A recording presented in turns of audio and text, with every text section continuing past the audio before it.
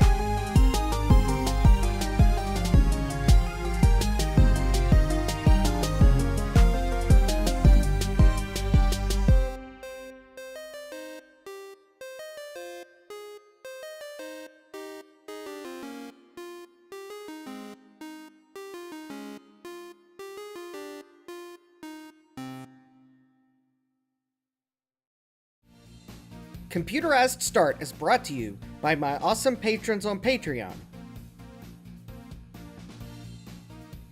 and by your tips and memberships on Ko-fi.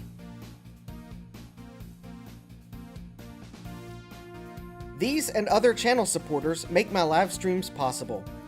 You too can become a channel supporter with tiers starting at just $1.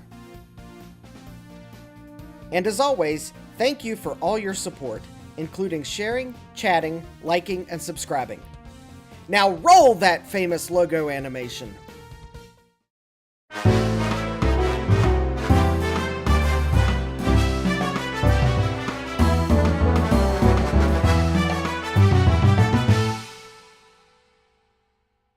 Tonight's live stream will be Jurassically spectacular.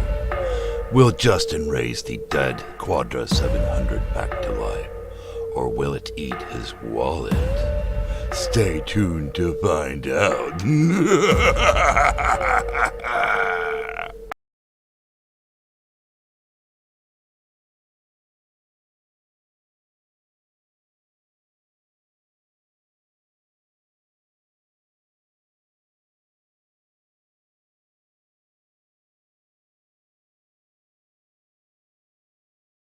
I forgot to pay the microphone bill, apparently. Well, good evening, and welcome back to Computerized Start Live.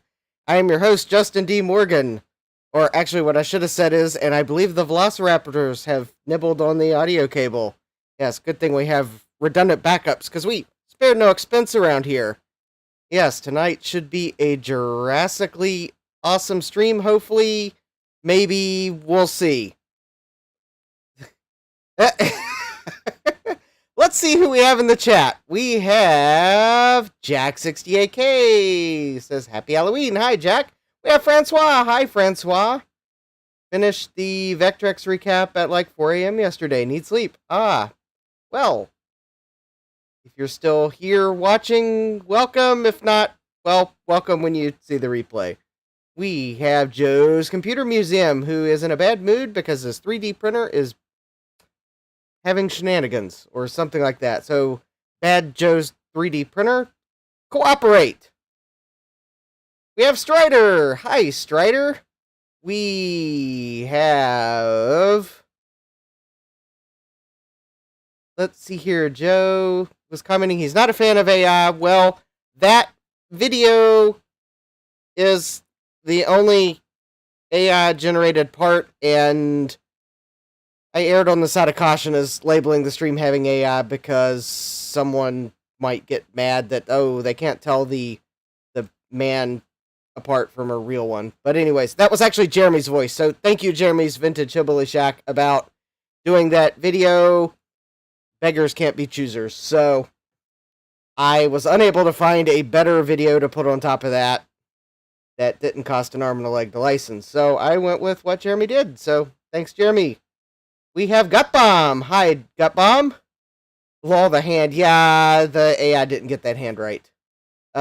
Yeah, Joe, I know. You're having 3D printing problems. You're a bit grumpy. I hope your printer starts cooperating so that you're in a better mood. Let's see, we have Frank S. Hi, Frank. Trying to say hi to Gut Bomb and accidentally typed Guy Bomb. Well, hopefully no one explodes here. That would be a different movie franchise. We have Kibbs with Retro. Hi, Kibbs. We have... yeah... the audioless Justin because the Velociraptors were nibbling on the audio cables. We have, yeah, Joe likes the hair. I'm trying to grow my hair out long, Joe. I'd never done it before. Gut Bomb, I love the banner falling down just like in the film. Yeah, because I don't have a place to hang the that end of the banner, so yeah, I decided to imitate the movie. Let's see here, my paleontologist stuff. I was going for just like a Jurassic Park employee, but I forgot to order the Jurassic Park lanyard with ID badge, so maybe I am just a paleontologist. Or a quadratologist. We have Retro Techie. Hi, Retro Techie. It's not fixed yet. We have Jesse. Hi, 8386 says, Soars ruled the earth. Yes. Yeah. And note that I spared no expense for that. Definitely not an airbag filled with air and an LED in it dinosaur. Yeah. Retro Techie is amazed he's still awake. Well, it's not that late, Retro Techie. Also, I think he said awoke. Alright, well, whatever. Alright, let's see here. We have...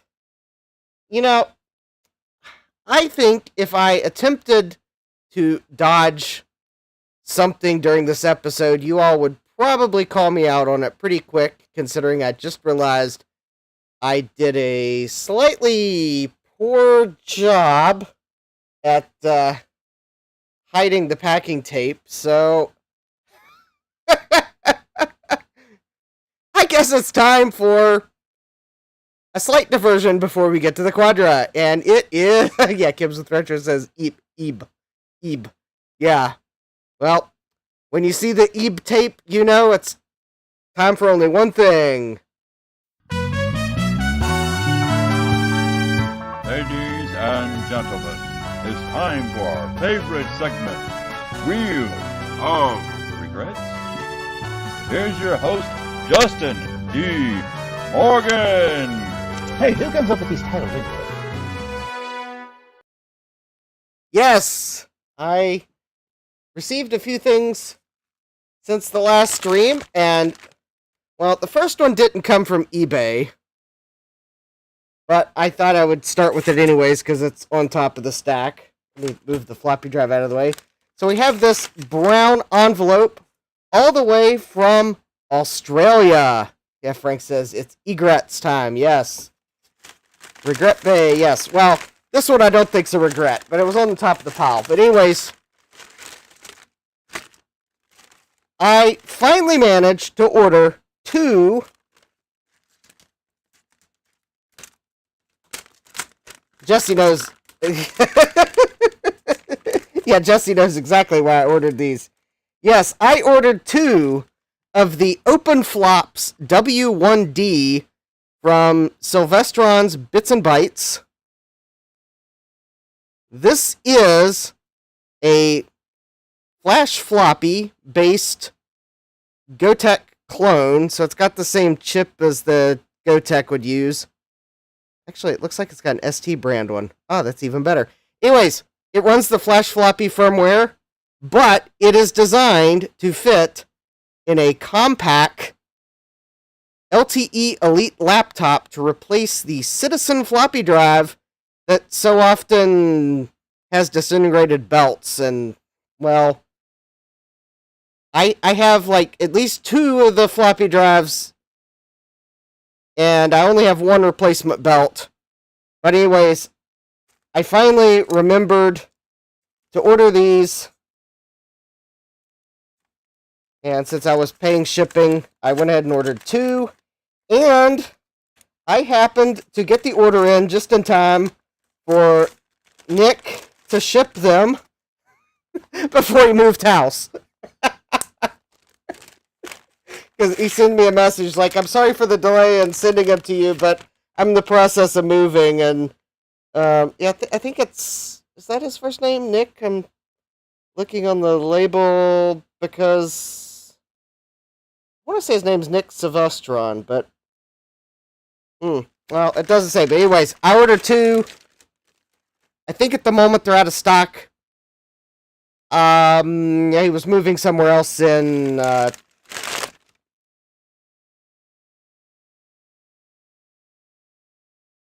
want to say it's Australia.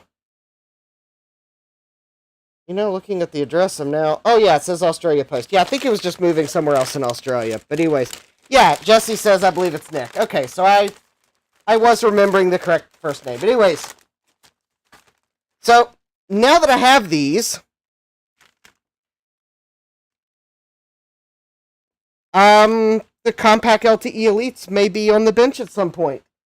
Don't forget, tomorrow starts November, unless it's November already in your time zone. And after November comes December, and you know what that means. And if you don't, I'll give you a clue. It starts with DOS and ends with Simber. Yes. Anyways. Oh, and by the way, I want to test something here. Compact.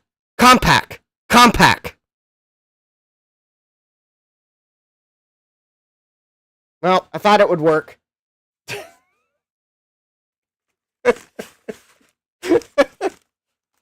We'll see if anyone isn't there a month for compacts. Retro Techie's asking, why did you say compact 3 times? But Joe knew why I was doing it. Yeah, when is Retro Tech Chris going to show up? Yeah, I was trying to see if I said compact 3 times if he would show up in the chat. Well, I know he's lurking in the background. He's like scrambling to get to a keyboard. Alright, so the next item is actually an eBay purchase. I bought some CPU coolers from Avid. So, we have features. Ultra quiet fan, power for mini drive connector, metallic clips, high force design to Klamath Pro card. I knew when I got this envelope something seemed off. I'm hoping this is not what I'm afraid it is. Low profile, cross-cutting for more efficient heat. Dissipation fan speed failure is detected by automatic signal from transmit chips. And, alright, let's see if I got the right thing. Because I did not. Yes, I believe Joe is correct. I believe that is a... Oh. Pentium 2 thing. That is actually not what I ordered. Therefore... Well, I guess I will be contacting the eBay seller and letting them know they sent me the wrong 2 heatsinks. Let me make sure the other one is... Yeah, the other one is exactly the same. Bummer. Although, quite honestly, what I paid for them, it may... Yeah, so it's a live regret. You saw it live here. These are not the heat sinks I bought. I should have known when I got this envelope that something was amiss. I'm glad it came today, and I decided to do Wheel of Regrets because, well, we have a regret. Yeah, it's a slot 1 heat sink. That's not what I ordered. I did order heat sinks. They just weren't slot 1 heat sinks.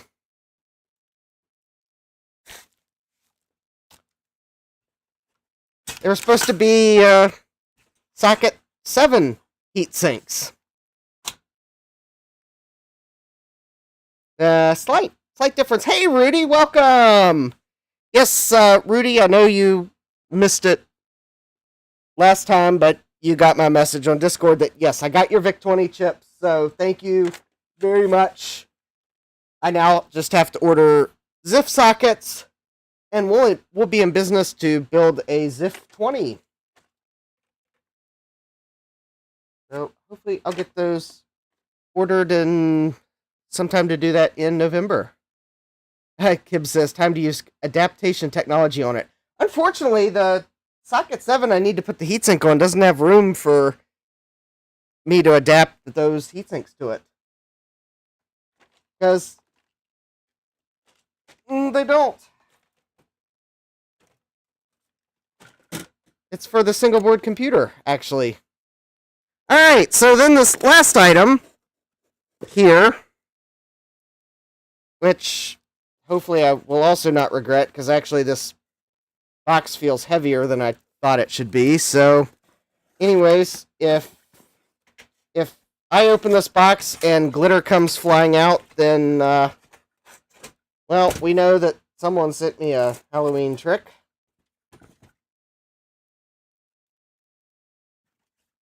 I did look at the return address. It did not say it was from Mark Rober, so hopefully we're fine. Oh, hey, Ron, welcome! And thank you for the $5 super chat. Yeep. Oh, okay. It looks like I did receive the correct 2 items from this seller, because I'm crazy.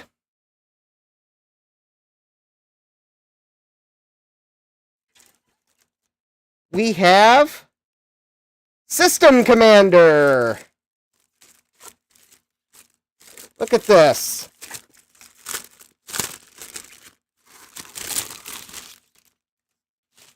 We have System Commander all on one PC.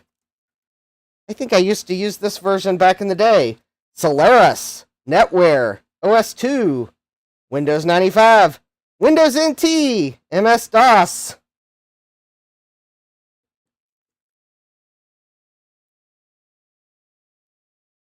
Actually, System Commander actually did do something, Kibbs.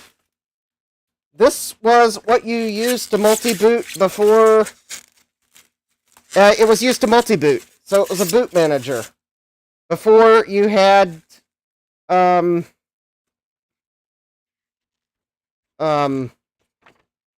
I guess. Because when you had Lilo... Yeah, it came highly recommended from John Dvorak of PC Magazine. Actually, it wasn't bad. There may have been other things that could do the same thing back then, but, well, their advertising game was on the mark. So anyways, this program would let you multi-boot these OSs and more. And this software actually had the ability to hide the partitions of other operating systems from the one you weren't booting. So you could, like, not have a newer version of DOS or Windows corrupt things on the older version. I've got a question. What is CTOS? We'll pop open the manual to see if it gives a vendor. But yeah, Coherent Unix, Interactive Unix, yeah, Xenix, yeah. Go Unix, Qnix. I don't know what some of those are. Jack says I only use incoherent Unix. Funny. Let's see if maybe the manual says anything about that one. Unfortunately, the manual doesn't... I don't think the manual has much for some of the more obscure operating systems. Let me see if it maybe... Da-da-da.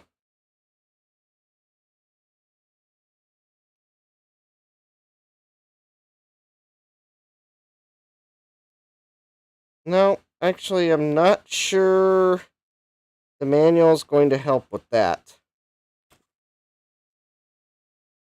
Yeah, Joe says Unix was awesome back in the day. Yes.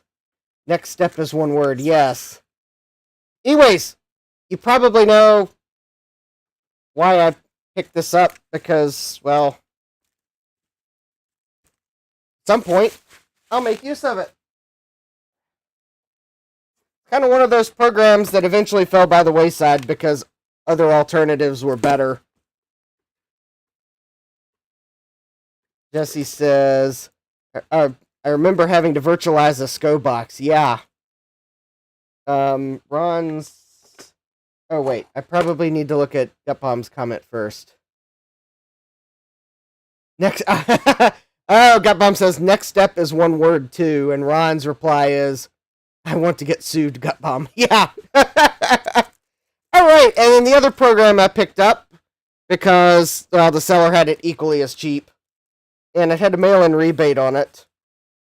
So I'll be sure to mail in my $10 cashback rebate. Is Partition Commander. Which, this is the program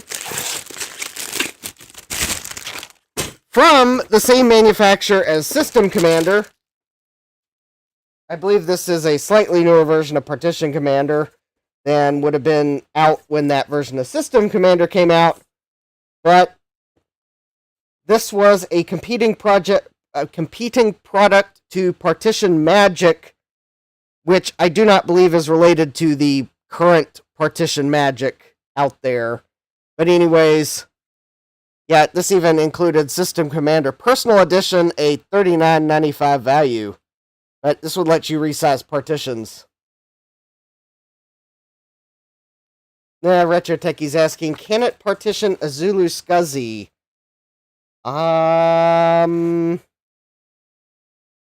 Let's see if it... You know, that's a good question, if this can work with SCSI. Alright. System requirements. Well, it says it can use it says it supports SCSI hard drive, so we may have to test that sometime.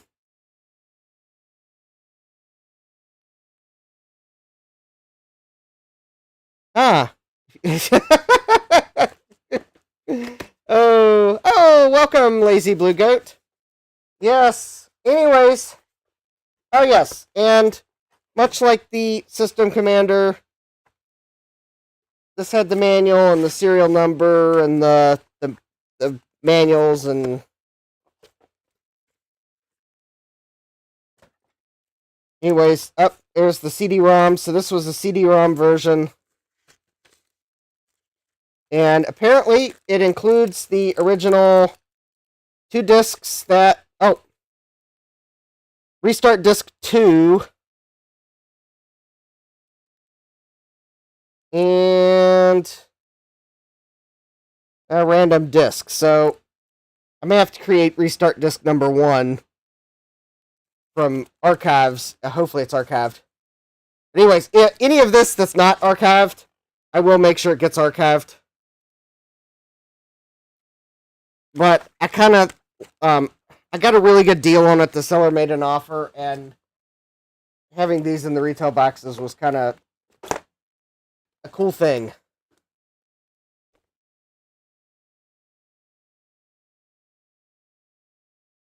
So, anyways, Partition Commander, System Commander, and then 2 heat sinks that are for the wrong processor because the seller sent me the wrong thing. So, well, that concludes Wheel of Regrets.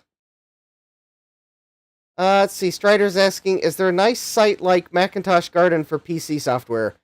WinWorld PC would probably be the equivalent.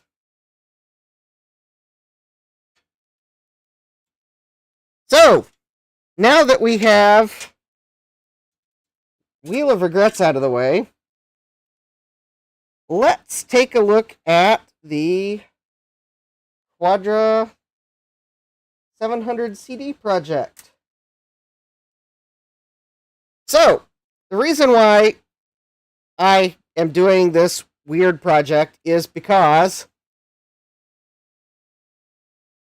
I was given a Quadra 700 logic board from Bill Lewis, but this is all there was. It was just the logic board, so no case, no power supply, no, nothing else.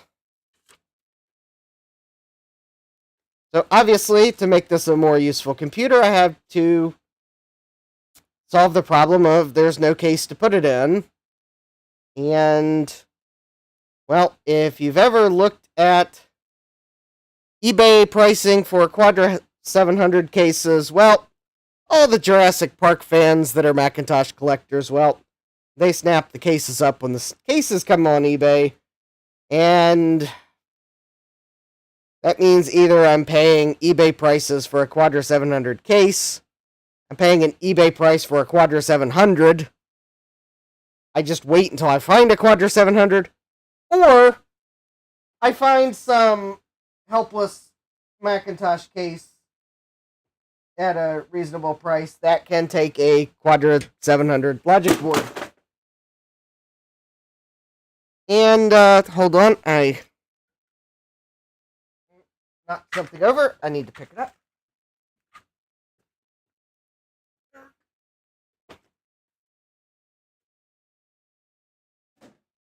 Alright.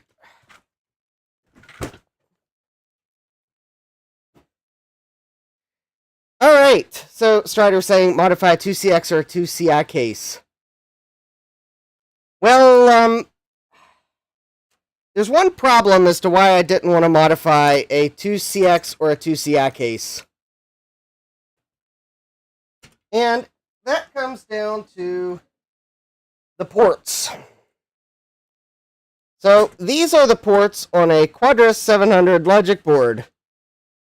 Monitor, SCSI, AAUI, 2 serial, 2 ADB, 2 audio out.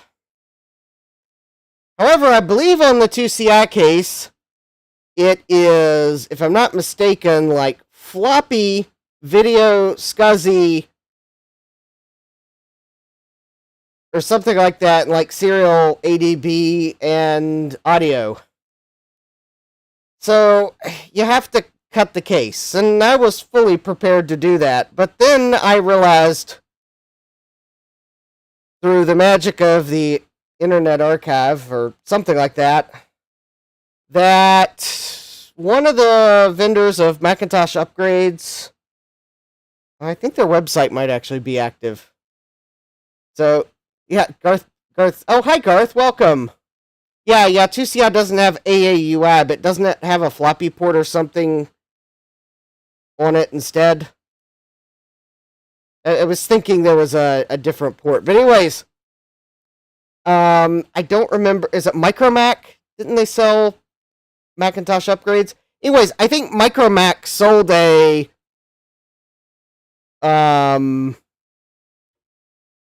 Strider's Strider's replying to someone else's comment.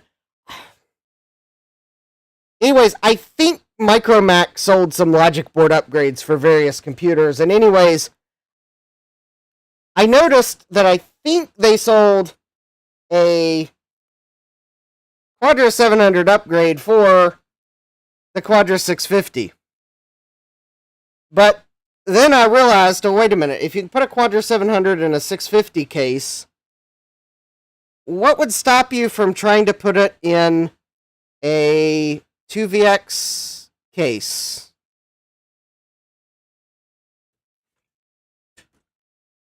A single piece of plastic.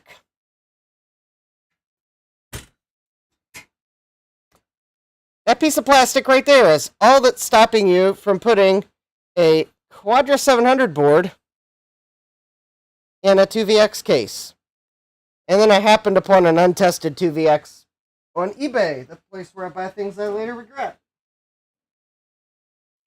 And it quite possibly was untested in that it was tested. But anyways, This is a 2VX case, and I am going to remove the cover that would block me from putting an AAUI port in. So, Retro Techie saying stick it in a Mac Pro 5,1. Well, I think this one will be easier. So, let's see if I can't get this port cover out with a minimum of damage. And I think to do that, I'm going to remove the plastic from the back of the case so that I can use a Dremel.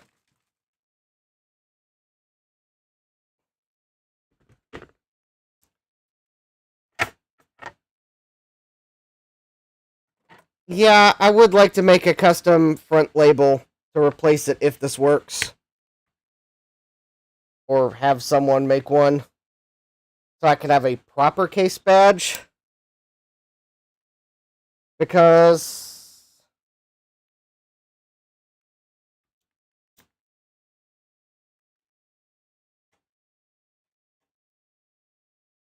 yeah. That would be cool.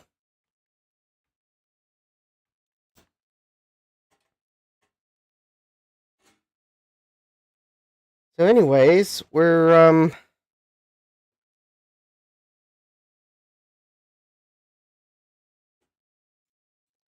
not sure what folks are talking about putting in a Apple IIe case.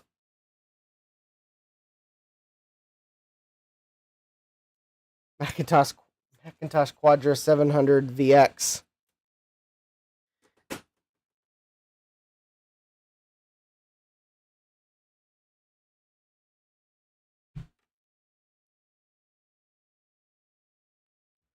Alright, so I removed the 2 screws from this, and now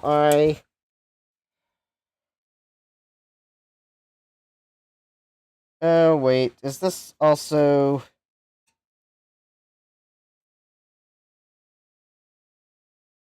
you know, actually, now that I look at that, I bet that piece of plastic does not come off unless I remove some heat stakes from the RF shroud. Alright. Well, since it's going to play hard to get, then I'm just going to very carefully Dremel the plastic out while it's still there, or I don't really need a Dremel. I could probably use a screwdriver, but I thought a Dremel would take care of the little plastic pegs. Alright. There's an LTT screwdriver when you need it to hold your screw to the bit.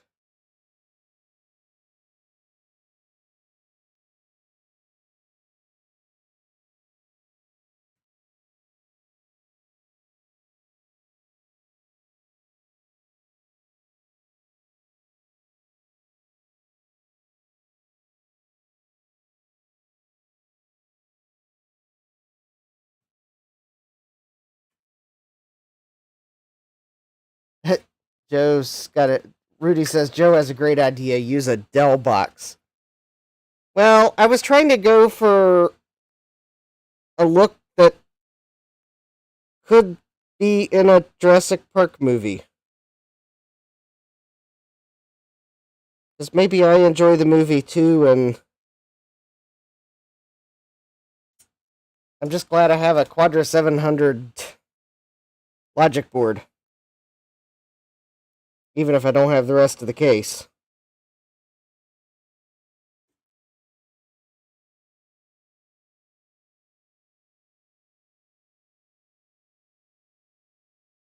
Well, that was weird. I know this is a thread forming screw, and I thought if you turned them backwards, they would engage with the threads, but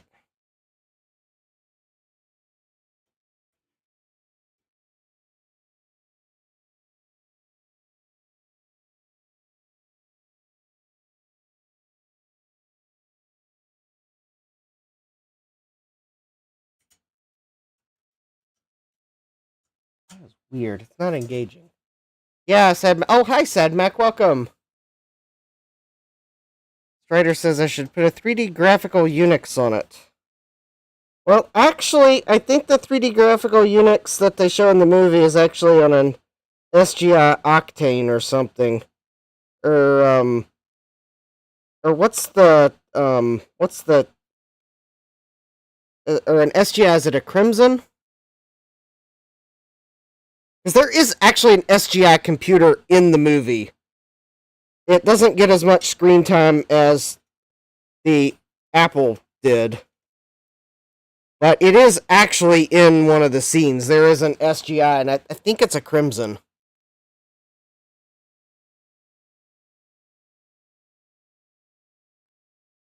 That's probably what's running the Unix operating system. Strider says, in 1993, the number of teenage girls who knew of or even how to use a Unix workstation was 0. Hey, yeah, that very well could be true. However, it wouldn't surprise me if by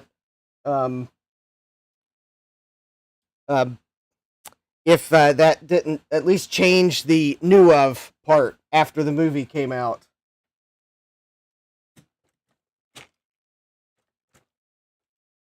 I would also say that it probably was that the number of teenage boys who knew of or even how to use a Unix workstation was quite possibly fairly low. Maybe knew of more so than actually how to use. I could be proven wrong there, though. Alright, let's see if I can find something to get this off with that won't cause collateral damage.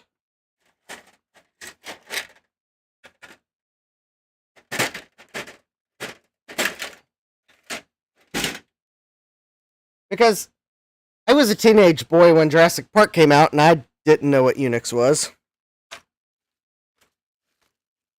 What a Macintosh was, though. Oh, yeah, I definitely knew what a Macintosh was.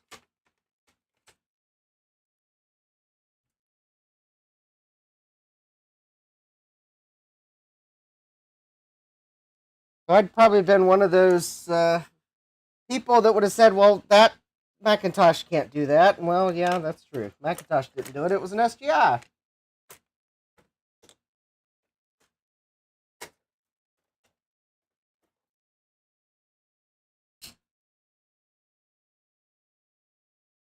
Well, I guess technically a Macintosh is a personal computer. I'm sure Apple would disagree with that, though. Strider says, my cousin introduced me to OS2 and AUX that summer. Actually, I would be curious to know if of the people that maybe were inspired to go in computers afterwards, if Jurassic Park had any impact. Or if maybe Jurassic Park had more impact on maybe biology students? I would be curious. Oh, hey, Retro Tech Chris. You see, I say compact 3 times in a row, and Retro Tech Chris shows up. Eventually.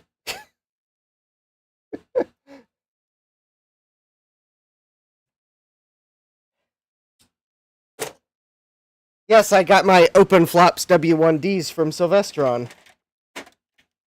And I probably am totally going to pull the Dremel out to try to notch this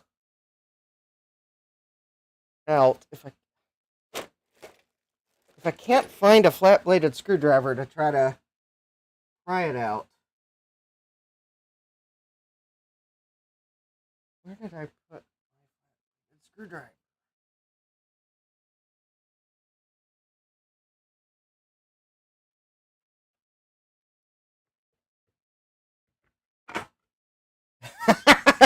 Ron says, I think the biggest impact was on Steven Spielberg's ability to buy a third vacation home. Rudy's asking how many people knew how to use the Whopper computer. Yeah, you're probably right, Ron. There we go.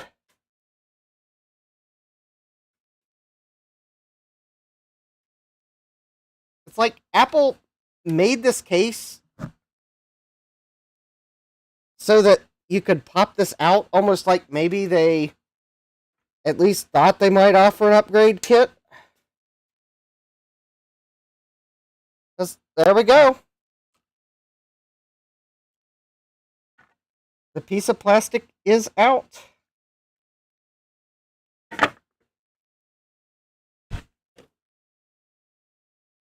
Because in fact, there's the recess that on, I think the 650 and 700, there'd be a label there that says AAUI. So I guess at some point, maybe I'll have to see if I can't get a label made that looks like the one Apple would have put on the other computers. Maybe I might see if Javier can give me a hand with that. He's good with making reproduction labels. Joe says the Burger King knows how to use Whopper computer. Yes, I would hope so.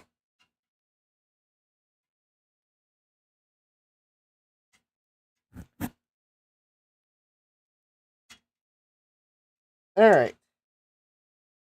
So hopefully, now that I've removed the plastic piece,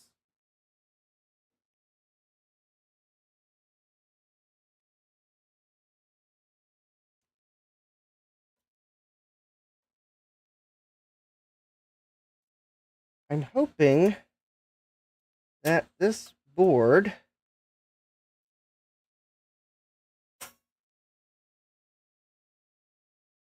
will just slide into place, just like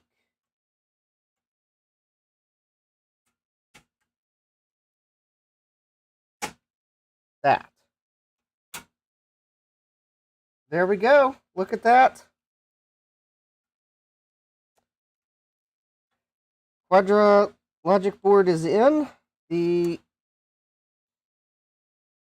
speaker connector has an extra connection on it. So, well, looks like I'm pulling the logic board back out so that I can try to figure out. Oh, wait. I could probably just use a multimeter. I got to figure out which one of them is ground and which one is not.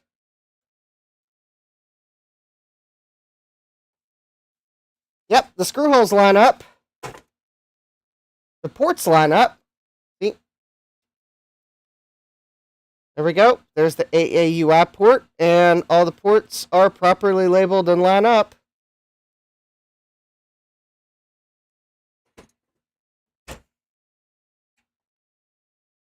The speaker, the Quadra logic board has a 3-pin connector,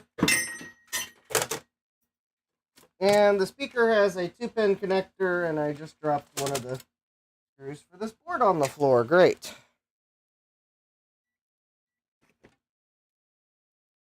All right.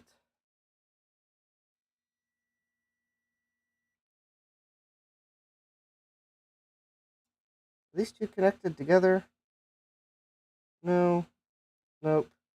But I'm pretty sure that one is ground. Or neutral. Yep, that's pretty obvious. So I think the speaker is going to go on pins 2 and 3. Which way around, I don't know. And I suspect that's the way that goes. All right. All right, good night, Rudy. Thanks for stopping by. All right. Let me see if I can find the screw I dropped. Yep, there it is. Excellent. It did not go very far.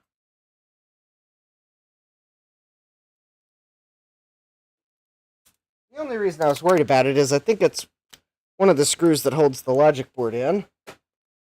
All right.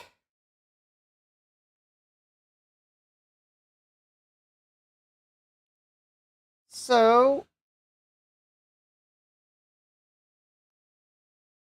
all right, we got the logic board in.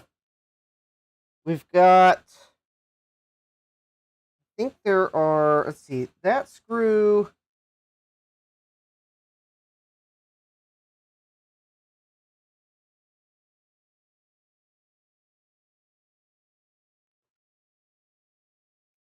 That may be the only screw. Let me see.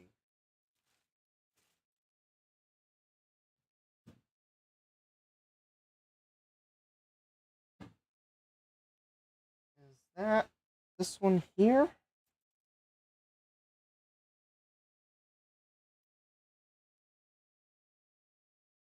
Yep, that would appear to be that screw right there. All right. Let me.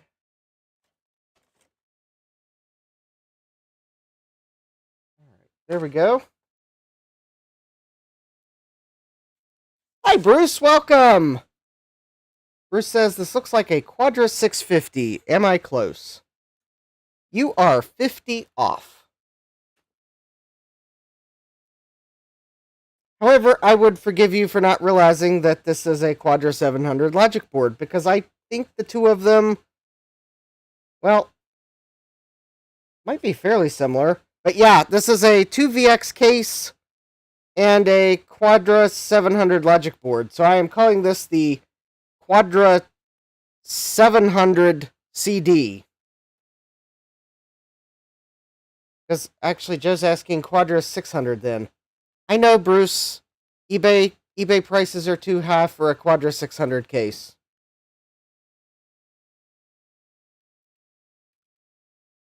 So I had to resort to getting the case I could get, not the case I wanted. Sometimes you gotta get what you can get and not throw a fit. Although I probably just butchered that. Trying to look. So the Quadra 700 was a...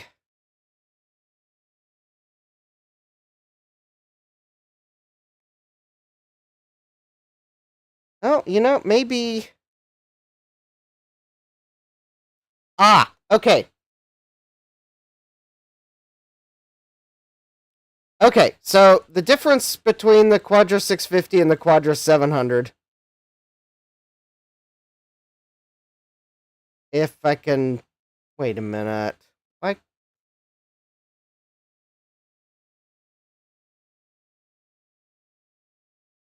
Why is the Quadra 700 and the Quadra 650 not beside each other in this column?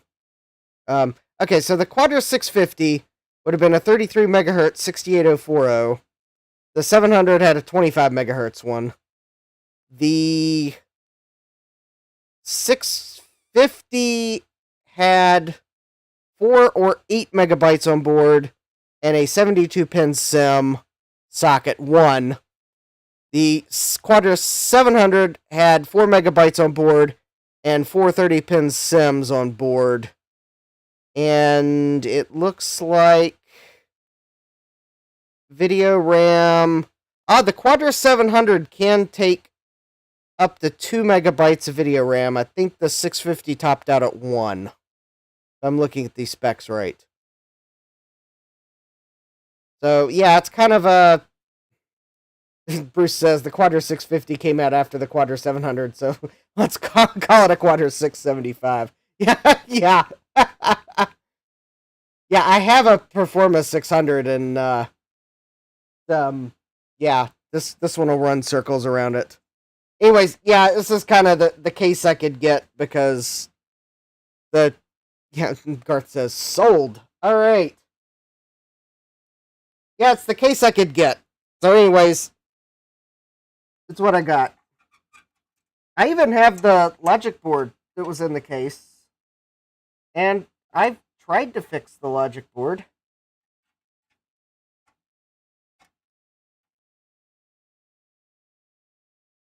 Well, the program and reset switch is reached, so that's good.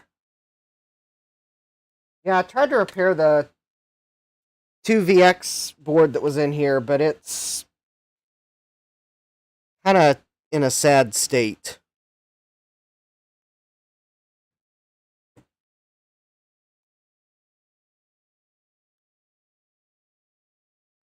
I'll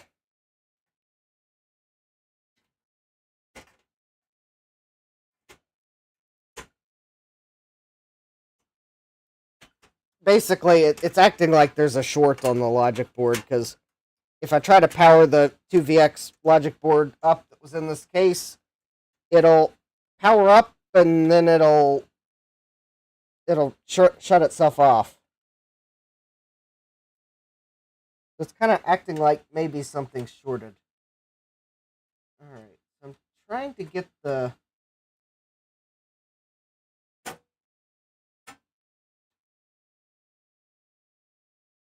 get the case back in place, and the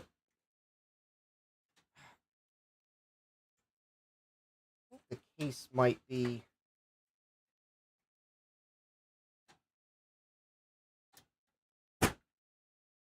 warped. Oh, there we go. It's not the case, it was the drive cage. Alright, let me put this on. And then I'm going to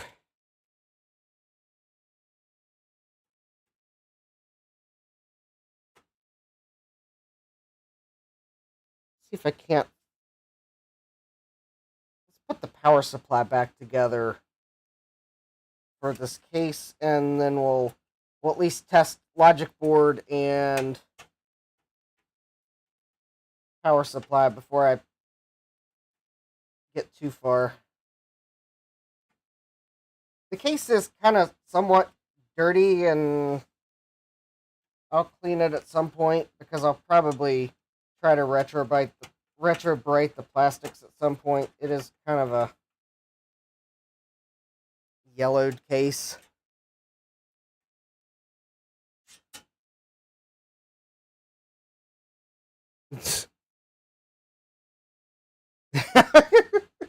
Bruce says, can you imagine how disappointing that would be, buying a Quadra 650 and finding a 2VX board inside? Yeah, that would be quite disappointing.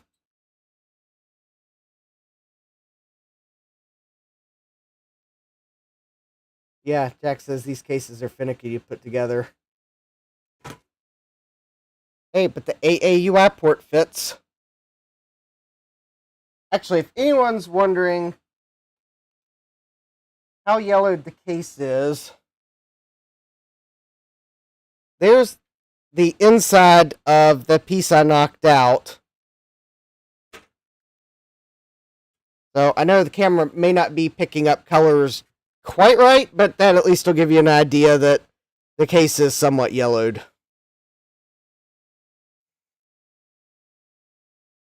Joe says soak it in bleach. Yeah, it is kind of dirty, but... Alright. So, now that I've got that together, let's see if I can't get the power supply back together. Because the last time I had it out, I've recapped it with a Console 5 cap kit. I believe I ultrasonically cleaned it. I repaired the fan connector, because the fan connector, I think the plug broke on it or something.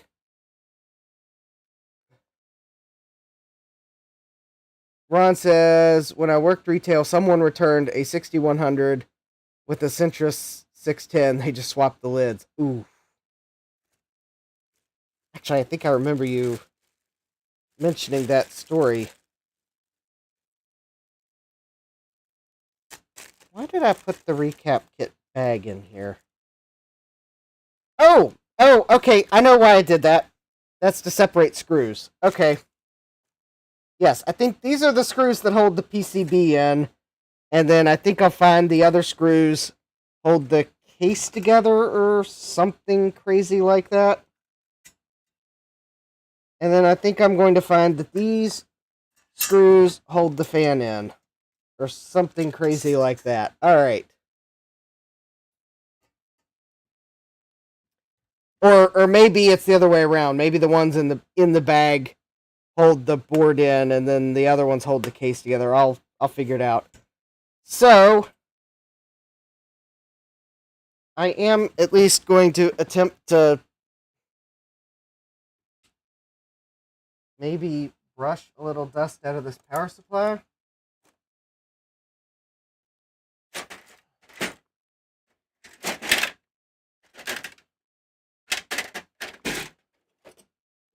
Or not, because I think all my brushes have run away. Run away! Run away!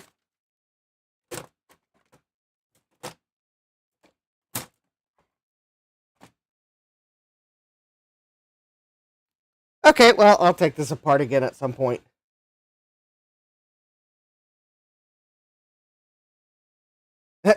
Strider says, my best friend took his LC2 to school one day for some reason. Teachers didn't care. He swapped the case tops with a 475 from the school and went home. Nobody even noticed. True story. Alright, good night, Retro Techie. Thanks for stopping by and have a good evening. Alright.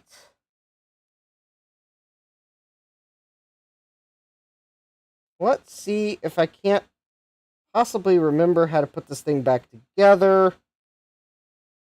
I think this goes like this.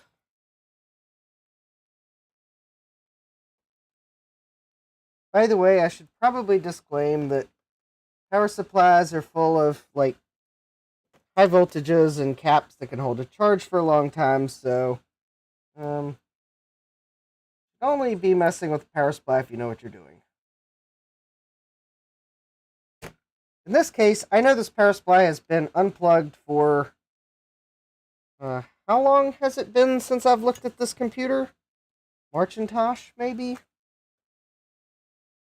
Yeah, it's been sitting on a shelf since Marcintosh, so I'm fairly sure the capacitors have self-discharged by now.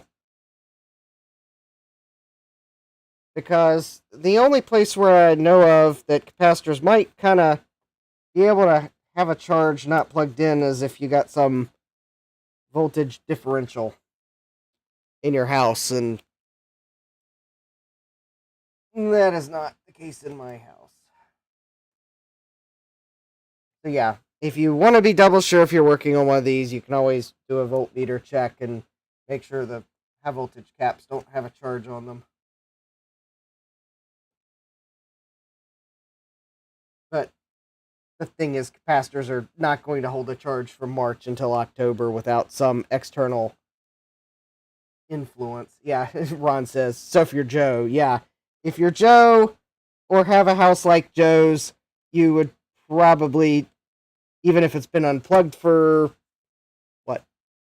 7 months, you'd probably still want to check the high voltage caps in that case. Jack says, Joe's electrical is scary. Yes, it is. I will agree with that one. In fact, Joe might agree with that one. In fact, Joe, is your 3D printer cooperating with you now? I want to make sure Joe's in a better mood at some point. Alright, so is this the greatest case fan? No, it's not going to be. But I think this case fan,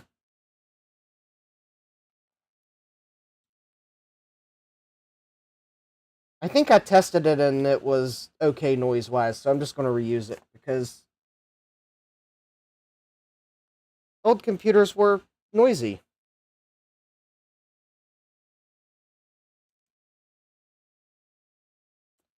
And while I put this together, I will, Joe says my 3D printer is in testing mode. I shall report soon as to progress, or I'll spout obscenities. Either way, you'll know. Alright, well, hopefully it will be the former and not the latter. But we will all know that if you start requesting a file system check in the chat, that your printer's not cooperating.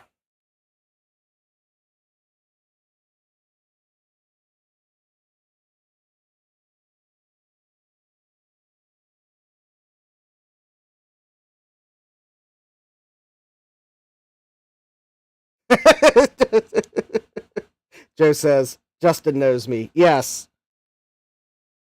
Got Bob's laughing.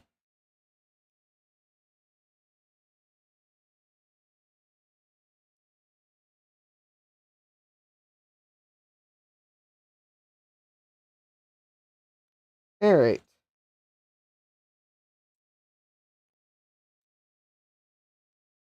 I'm not sure if I'm really supposed to put this fan in before the other thing, but...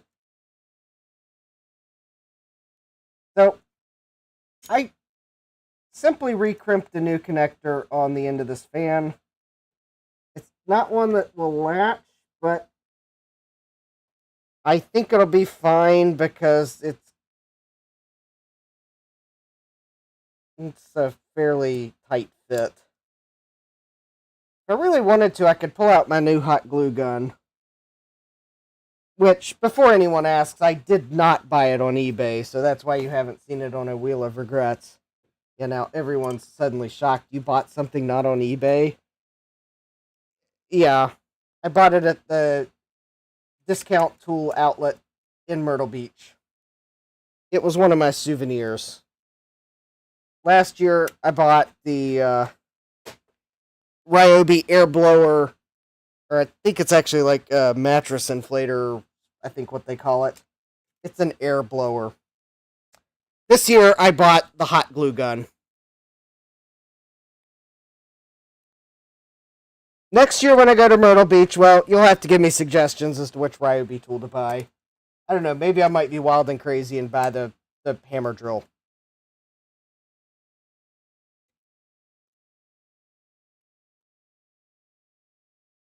No, that's not the only souvenir I bought. I'm kind of joking about that being the souvenir, but...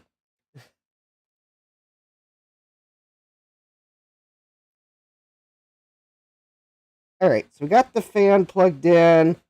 The relay for the AC power through is plugged in. So, should be that I think this board will just sit like that. And I should be able to plug the AC incoming power in. Like so. There we go. And now, even though this is not a how-to guide, I will at least remind you that if you are going to disassemble one of these, I would highly recommend putting the insulator back on the power supply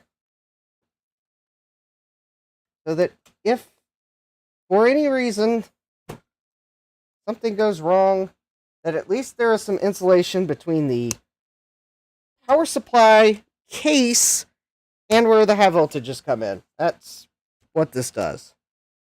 So that would probably be my recommendation, although I also will recommend that you put the 2 screws in before you put the shield on, because otherwise I think you'll have a slight assembly order problem. Ron says, Justin is being overly cautious. Just use tinfoil. Sarcasm. Yeah, yeah. Yeah, if you want to have a really good time with your power supply,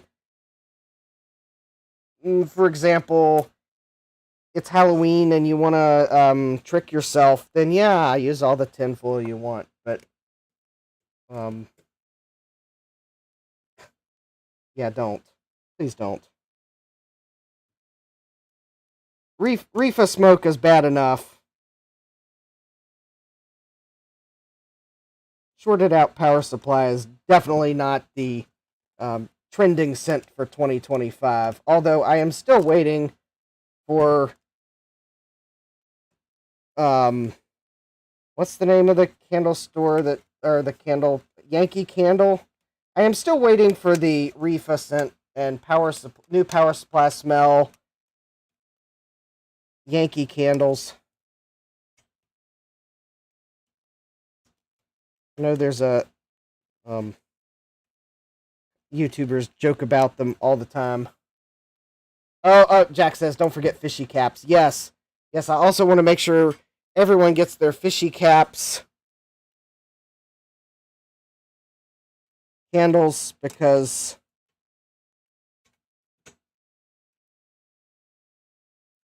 it's definitely the hot, that one's definitely the hot trending scent for 2025.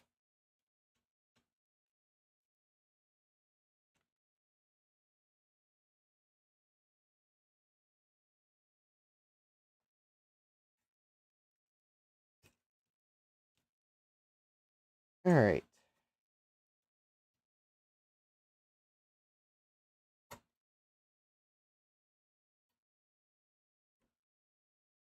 I am pretty sure I am doing this wrong.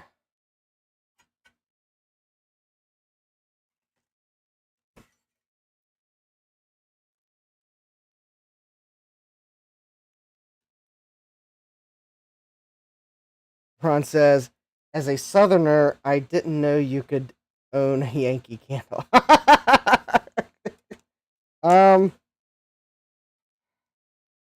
Yeah, maybe someone needs to let Walmart know that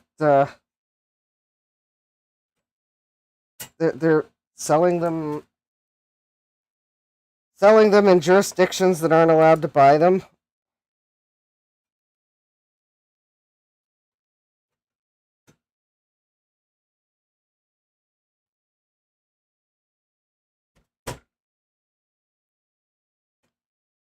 All right.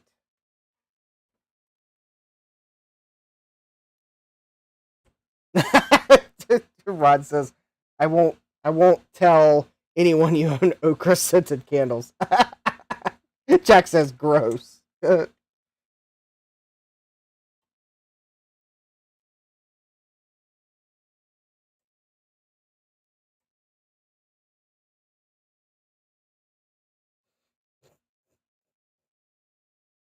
Joe says his manual mesh seems to be printing satisfactorily. Updates as they happen. All right.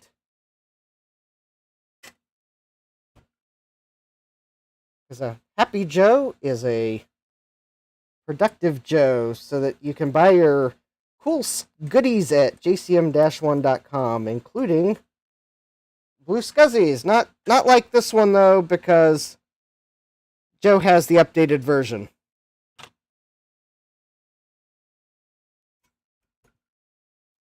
I have a whole bunch of the older version that I did as a build-it-yourself option, and yeah, kind of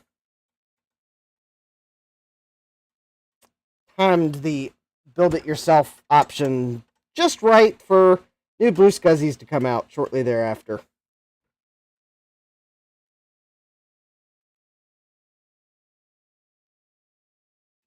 And Jack says, and I thought sandalwood was bad. Yeah.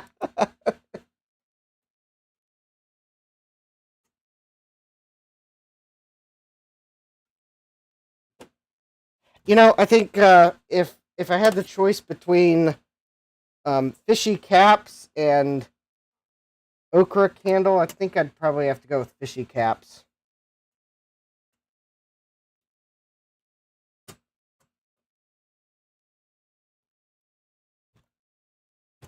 Because at least fishy caps would inspire me to work on a Mac LC.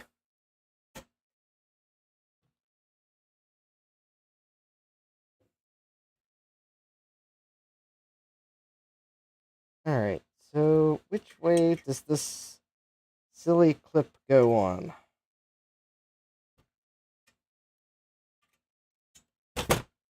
Oh, you know, quite honestly, I think the answer might be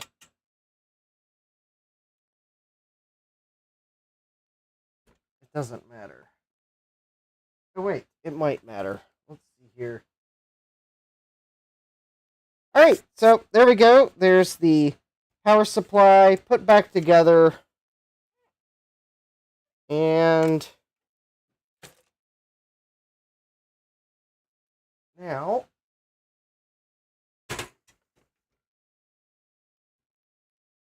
should be able to just slide this right in. Oh, because I put the clip on wrong. I think I was supposed to put it on the other way. I think it may not matter because I think that clip is there to just keep the power plug in place. All right. There we go. Power supply should be in and engaging with the logic board.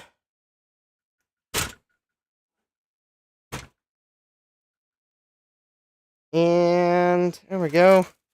All right, let's see here. If I plug power in. I think for this test, I'm just going to plug power in. And a video cable. And I just want to make sure that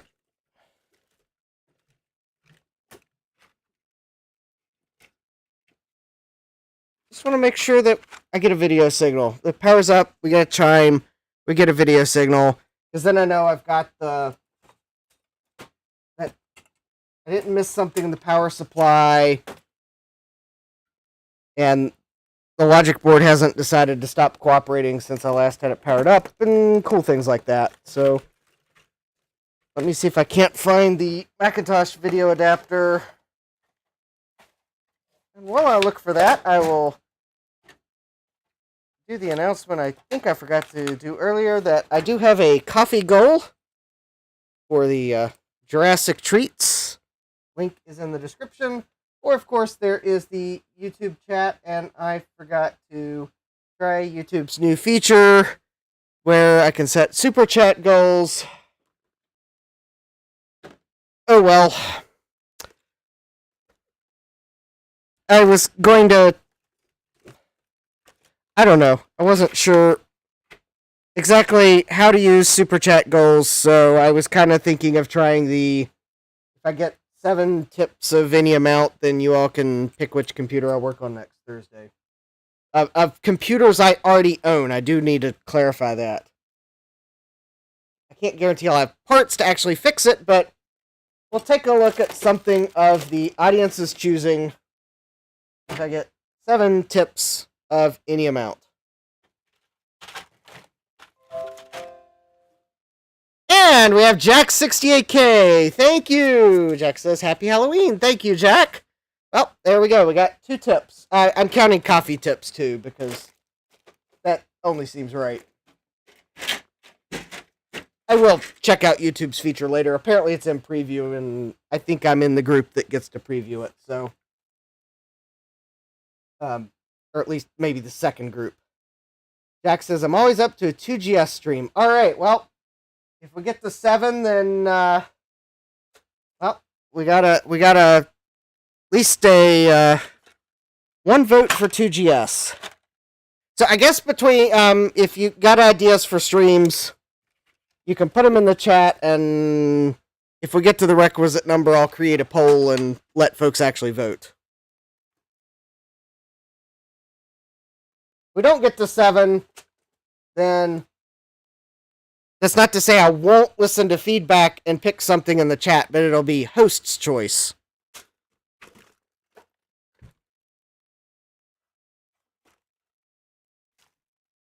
And I hey, we have Gutbomb. Thank you, Gutbomb. Eep. All right. Oh, Gutbomb's another vote for. Wait. Justin can't hear your feedback.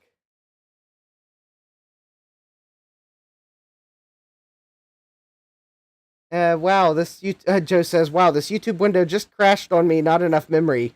Could the 47 open tabs have anything to do with that? Alright, well, we got 2 votes for 2GS. Oh. The audience might be onto something here. I'm trying to look for my Macintosh video adapter that has...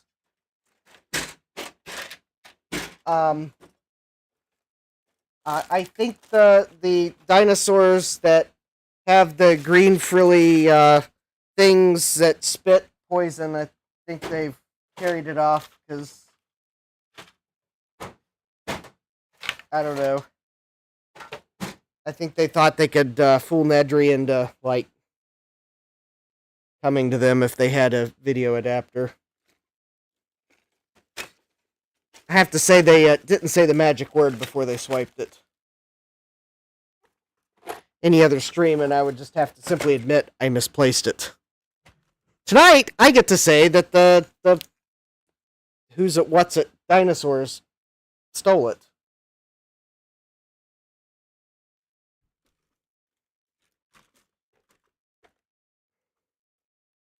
Actually, I probably did something silly like put it in the wrong drawer.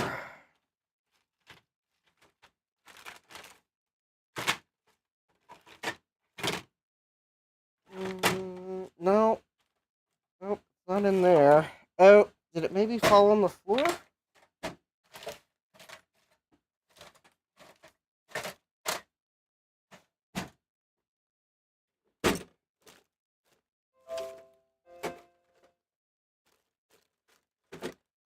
Hey, we got Jesse. Eep. Thank you. All right. Oh, that's right. I keep.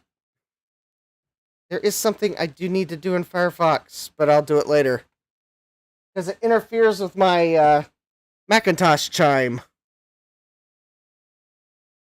Why do I hear the Macintosh chime and not any other noise? I don't know.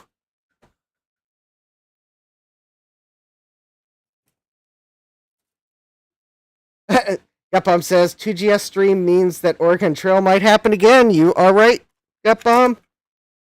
We are 3 super chats away from the goal. We got multiple votes for 2GS. Ron said, Ron's telling me it's Dilophosaurus and Nature's Entry Control System, yes. Joe says the magic word is unplug the stupid computer. Yeah. Gutpop says I need to keep up my streak of dying of dysentery.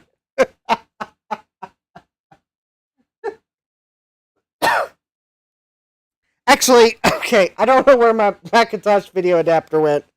How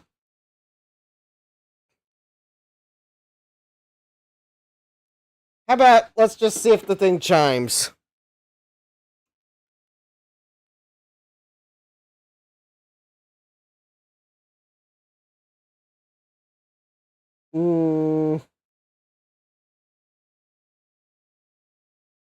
Okay, well, it didn't chime, but it did appear to turn on.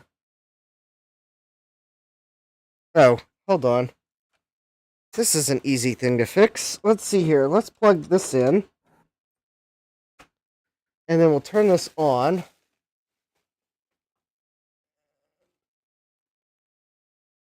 I'll figure out the internal speaker later. Alright, interrupt button works. And the reset button works. I would say that the logic board is working, even if I can't find the video adapter to get video. Alright. And the power supply is working, so...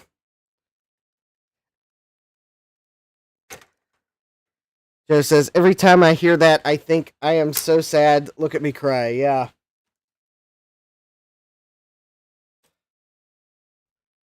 Especially every time I heard it on, was it Adrian's video repairing the Mac that accidentally got 12 volts? That was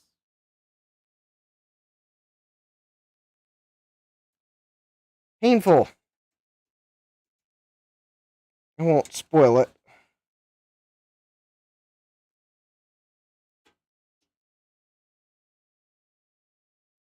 Alright. Okay. So, we've got the power supply and the logic board, and it's in the case. And that all works. So, let's... Yep, Strider says, I guess that means your PSU recap worked. Yes. So that is true. The PSU recap did work. So next, and I'm going to have to try to remember where I put it. Let's get the CD-ROM drive in. So this CD-ROM drive has been recapped as well, because these CD300s definitely need recapped at this point, because Sony used the worst surface mount caps. Let me see here. For some reason, the parts to mount that in the case got stuck in a weird box, but luckily I know about where that box is.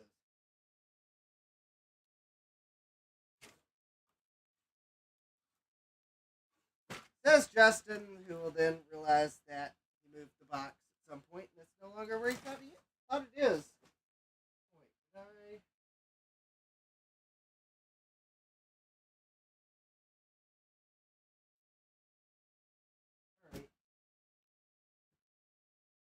No, it's not in there. Oh, please. Apparently the box isn't where I thought it was. Not there. Oh, here it is. There we go. There it is.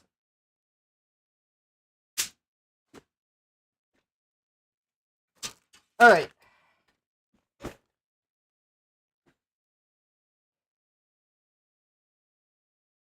Ron says, I install CD-ROM to look right, but never plug in a SCSI cable or power.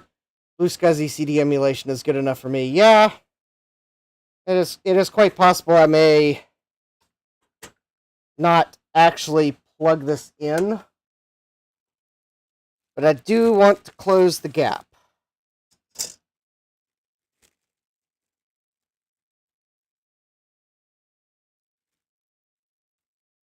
Actually, at the moment, I won't be plugging it in. I just realized I don't know where the power cable is for this computer to be able to plug it into power. I may plug the... No, I may plug the audio cable in so I don't misplace it, but I won't plug the SCSI cable or the power cable in. Because, yeah, the CD audio cable is weird, and I don't want to lose it. And this is assuming that the Quadra 700... Oh! The Quadra 700 doesn't have an audio cable connector anyways, so I can only plug it into the CD-ROM drive so I don't lose it. That's right. The one problem of putting a CD-ROM in a Quadra 700 is there's no audio connector on the logic board. But yet, I will put it there so that it looks right in the case. Yes, I... Either that or I may not put it in because it'll make rattling noises when I carry it. And yes, I knew there was a flaw in my plan that I would find at some point.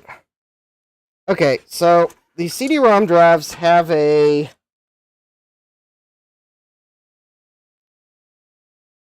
I'm just trying to remember which... One of the two sides of the sliders gets a little metal springy part, and the other one does not, and I'm trying to remember which is which. Actually, I think that is the right side, and I think this one's the left side. And I think it's the... Is it the right side that gets the spring? Yeah, because the left side... Okay. Yeah, the left side, as I face it, is not close enough to the case for the spring to work. Yeah. Jack says, Quadra 700 only supports silent CDs. Yes. Ron says, that's my boy. Yep. Put the cable in so you don't lose it, but don't bother to connect it because the blue SCSI will give you way more than the CD-ROM drive could ever, even though I did recap it, so if I ever did want to experience what a Quadra 700 CD might have been like, because the thing is, it probably would have been a CD 300 if Apple had chosen to put a CD-ROM in it, based on what they had available at the time. Well, it probably would have been this drive here. So, if I ever wanted to see what it would have been like, sans playing audio, well, I could always plug the drive in and then realize this is silly. The Blue SCSI was way better, but yeah.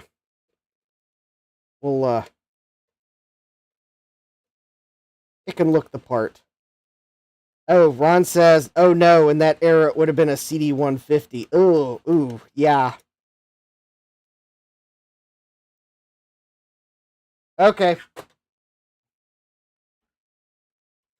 Okay, well, I guess if I ever did want to see what it might be like, well, it wouldn't be with this drive. But anyways, I did recap this drive, and the PCB's clean. So, the drive does work. Mostly. I think last time I tested it, it was a bit persnickety on accepting the caddy. But once it actually accepted the caddy, it would read the discs. So, yeah, Ron says in the Jack says in the CD300 was slow. Yeah, the CD300 was a 2-speed CD-ROM. Caddies were fun, yeah.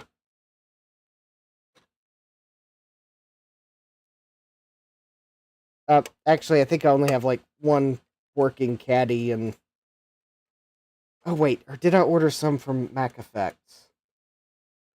Maybe I ordered another caddy from MacFX because I'd bought some from L&Y Electronics and the plastic was brittle. So I bought 2 from L&Y and I've already broken one of them because the plastic was brittle.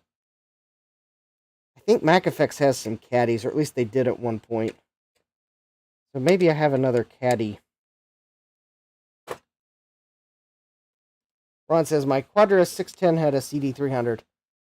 Well, this one's going to have a CD300, and that way it looks the part. If I ever want to use it, it should work. But there we go. There we go. When I put the case on, it'll look the part. Oh, actually the button's weird. So there we go. Now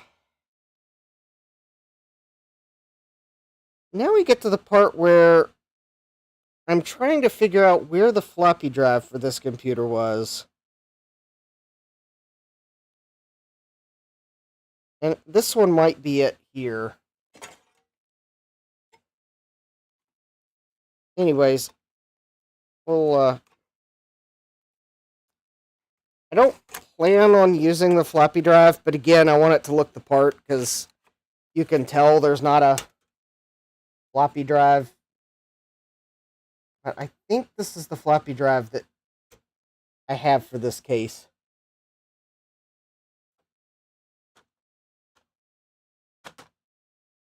Oh, hey Eric, welcome!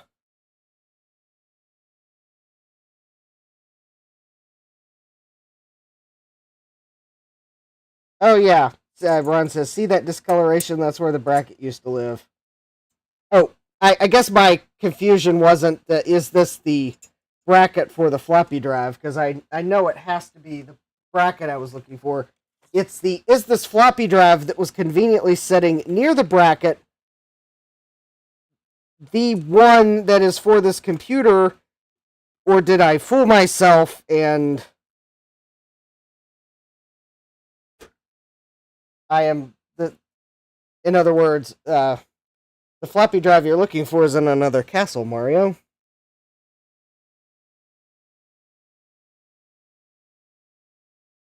Because the thing is, this looks like a Mac SE floppy drive bracket. But I'm pretty sure this didn't come from a Mac SE.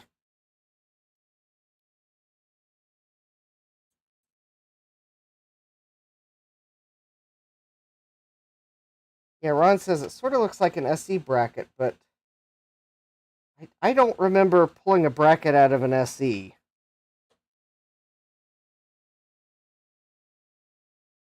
Jack says, better not put the floppy drive from a different Mac or it'll catch fire immediately. Oh, wait. Well, hopefully the Quadra 700 won't know that this isn't the floppy drive that came from a Quadra 700.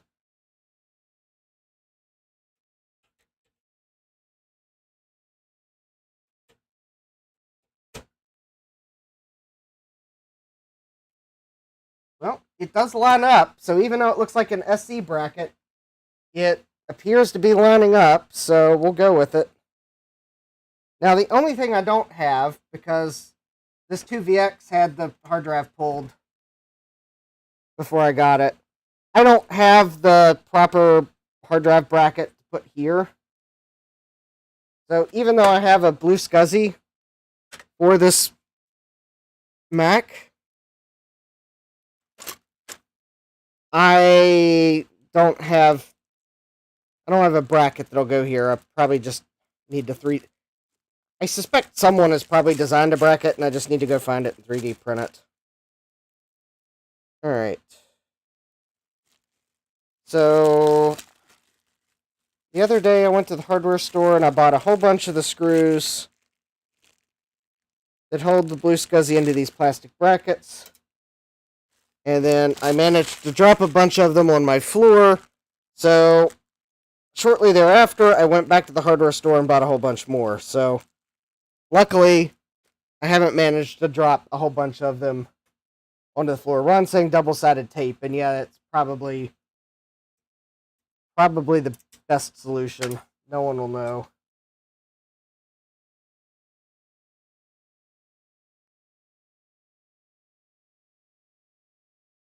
It'll let me use the brackets I have, and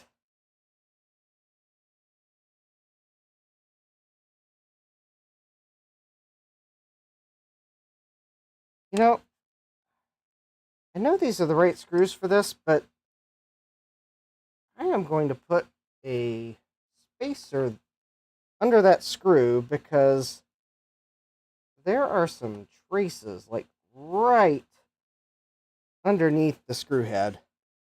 Ron says, I'll know.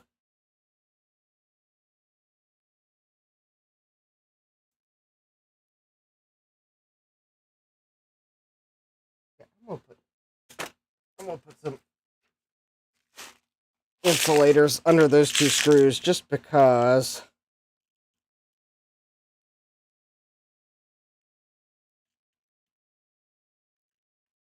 of how close the traces are in those two spots.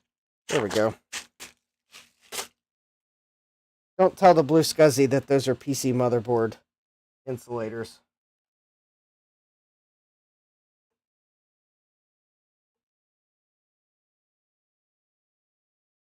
Also, don't tell that they're not blue. This one here, there's no traces underneath the screw head, so I'm just gonna do that. I mean, there's a plane under it, but that screw can't short two traces together. But with these two screws, I don't know that if I did screw down too hard, could I short the trace right beside the screw head to ground. This screw would probably, if anything, just ground, which, well, ground is not going to do anything different than ground already grounds.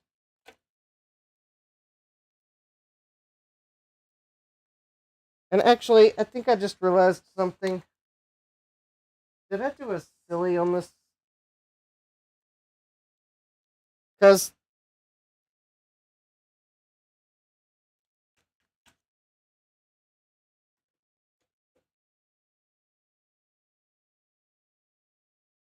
Ron says, I've screwed in a lot of blue SCSIs and never had issues. Yeah, it probably wouldn't cause anything. You know, I think I might have put these drives in backwards.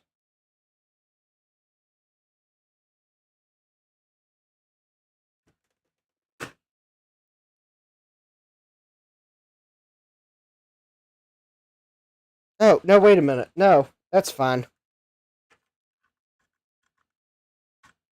I just realized. I thought this cable went this way, but no, it goes this way. So no, that's right. That's right. Because the cable, yeah, okay. They're fine. I put it in right. Ron would have probably mentioned it if I put the floppy drive where the hard drive went. Yeah, floppy right on the right. Full tab goes on the board. Yep. I had a momentary realization that I did something wrong. And then actually I realized that I think I have made a slight mistake here. I think I need to plug the floppy cable in before I put the CD-ROM in. Yep, there we go.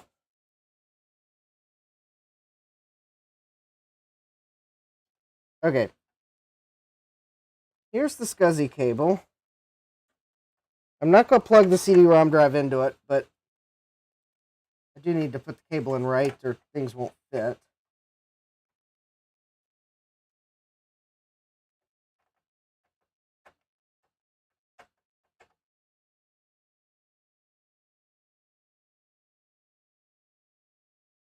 Alright, I mean, you could probably put the cable in. If you wanted to, you could try putting the cable in the other way, but it may not fit. Alright, there's the floppy cable. There we go. CD-ROM drive. Floppy cable. And blue SCSI.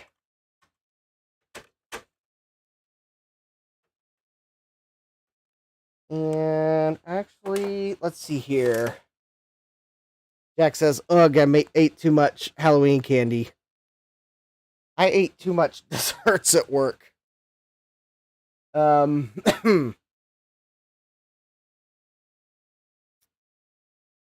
Callan, welcome.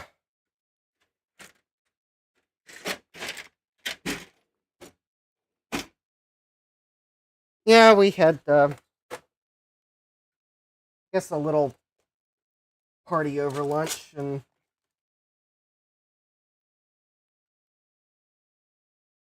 I stuffed my face with pizza and then desserts. And then all afternoon realized I probably overate.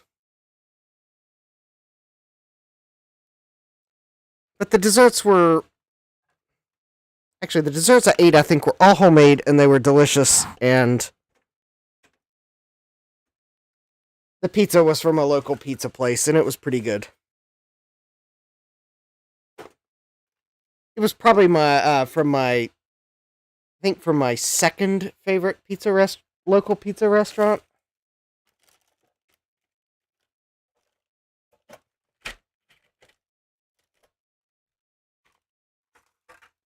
Still good, but there's another local pizza restaurant that I like their pizza a little better. Maybe because their crust is a little thinner. I don't feel like I'm getting quite as much bread with each piece. But both places are good. I mean, you order pizza from either one of them, and it's good pizza. Jack says, ooh, I could make a pizza. Alright, now I need the video adapter, because I was kind of hoping to actually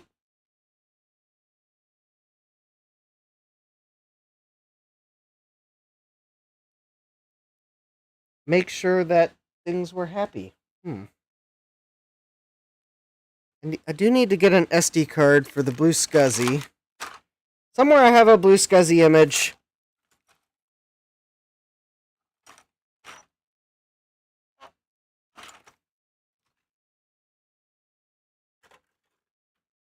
I probably have to write it onto a new SD card because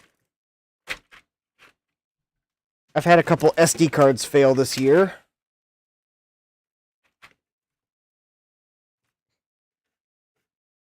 In fact, I was talking with a coworker. He was having trouble with an SD card, and when he described his symptoms, I had to say that, it sounds like your SD card is in read-only mode. I think your SD card might be failing. Because it was strangely having some of the same symptoms I've seen on when the other SD cards have failed.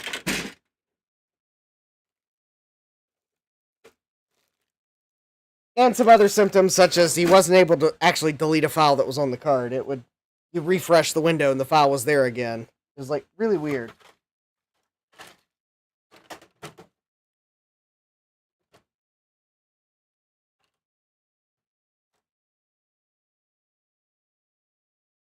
Alright. Did I put that video adapter on a Mac and then set the Mac off to the side somewhere? Alright, let me go. Alright, let me start formatting this card. And then I'm going to look to see if by chance I have the video adapter plugged into a Mac. And then plugged into a Mac that I've then set off my bench with the adapter still plugged into it, because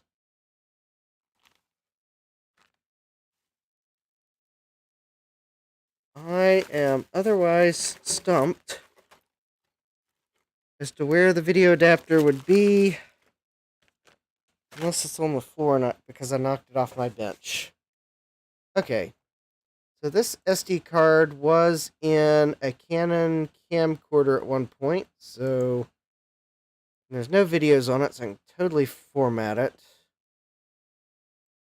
I'll use the SD card formatter.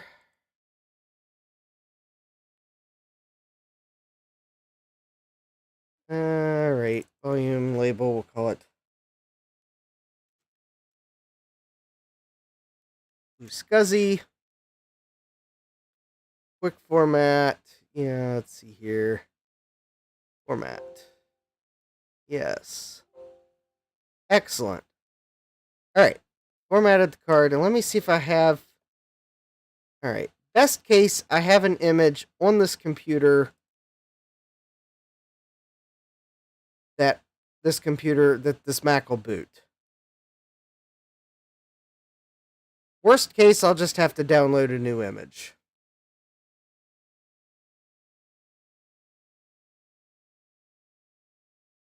I haven't received the replacement hard drives for my NAS yet, so I haven't powered my NAS up yet.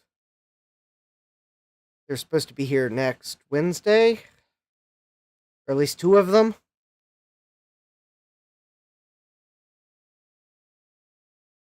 So I guess it'll at least be next Wednesday before I can do anything that requires my NAS. Which would include updating my intro and outro, so...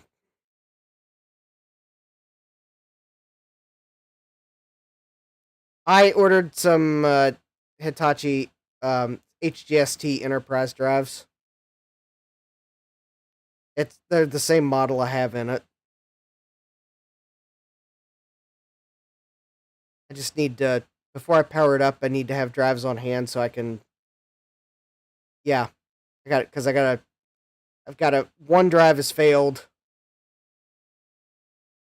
And I wanted to have drives on hand before I power it back up so I can try to figure out which drive has failed and swap it out.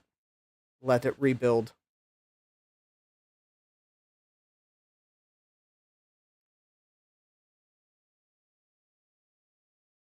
And that's why I'm not powering the NAS up till I have drives on hand. I want to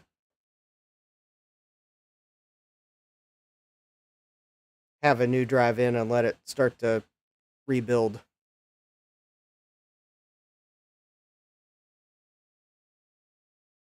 Okay, I may have...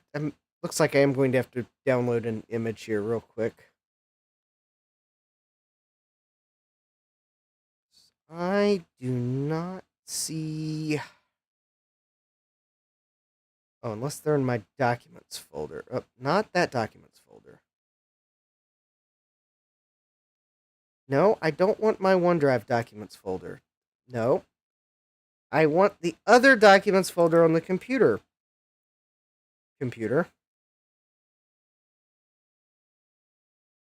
There we go.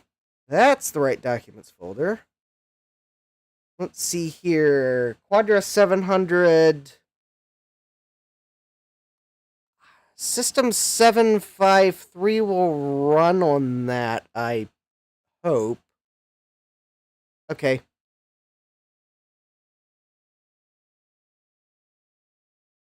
Assuming I assuming I created this image and installed for all models, this one should work on this computer.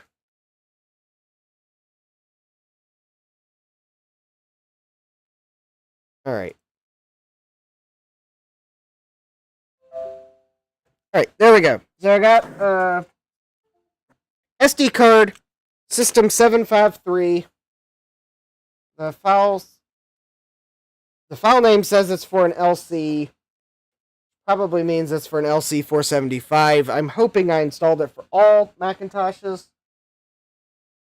Or at least I knew to install system enablers for the systems that I would reasonably run it on. So I guess now let me go see if I can find the video adapter here real quick, because I don't know what I did with it. All right, please.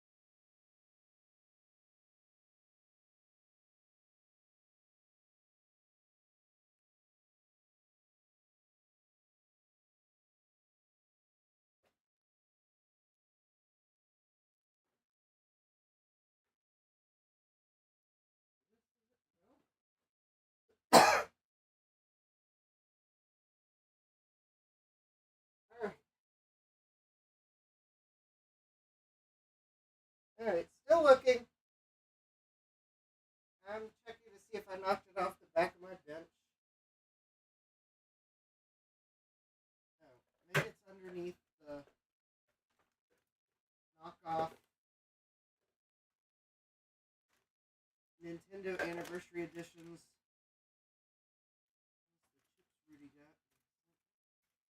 Yep, here's one of them. Alright, this one will work.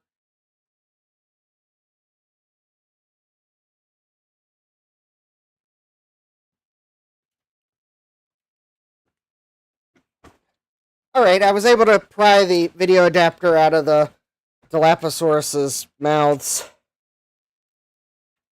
while they were busy hissing at Nedry. Someone tell HR he's not going to be back at work tomorrow.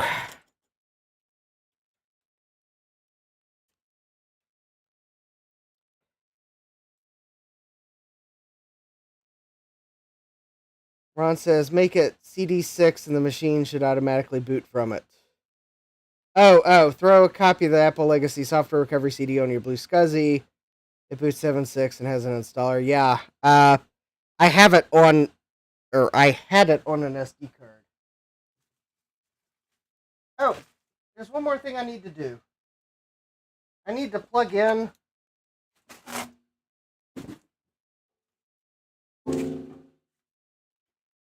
one of the absolute best keyboards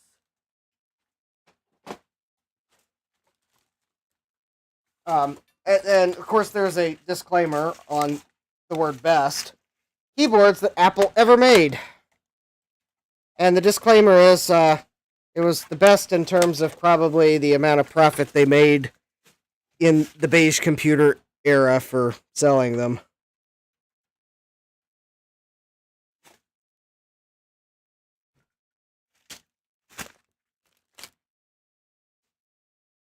Alright, so we got a keyboard, video, power, Blue SCSI.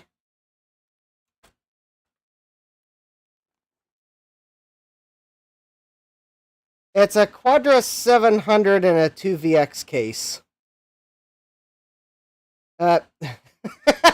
Ron says best in the budget category. Yeah.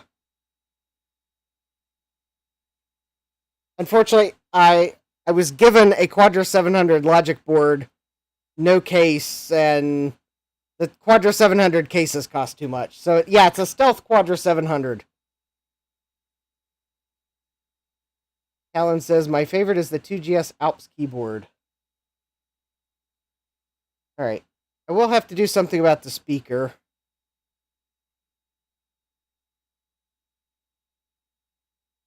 Oh!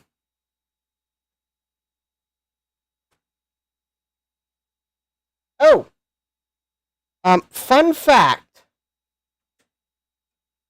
When you build your own Blue Scuzzy,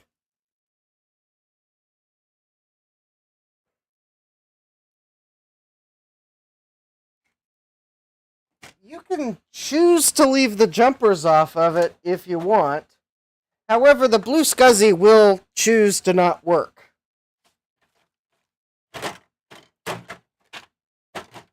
I would highly recommend putting the jumpers in place. I just have to find some, so if you'll hold on one moment while I attempt to locate jumpers. Because apparently, yeah, I got a whole bunch on the floor because I accidentally knocked the bag of jumpers off the bench.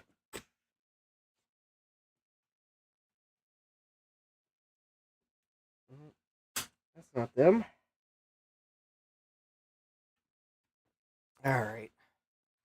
Yeah, I forgot some jumpers. Alright. Let's see if I can find some jumpers.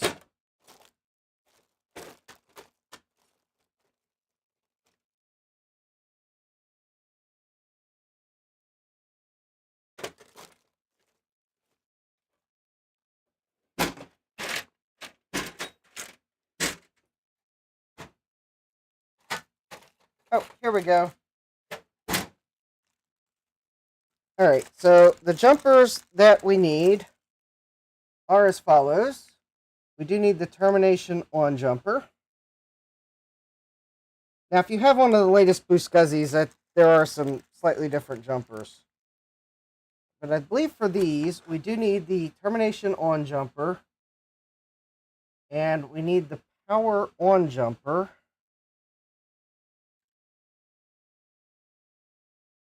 Actually, I believe those may be the two jumpers we need. Power on and termination on. I believe.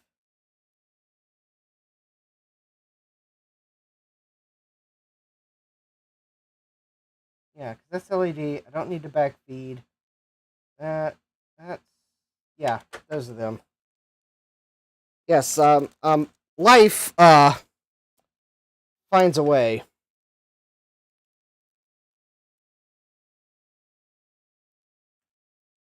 Ah, yes, and it's a Unix system. I know this.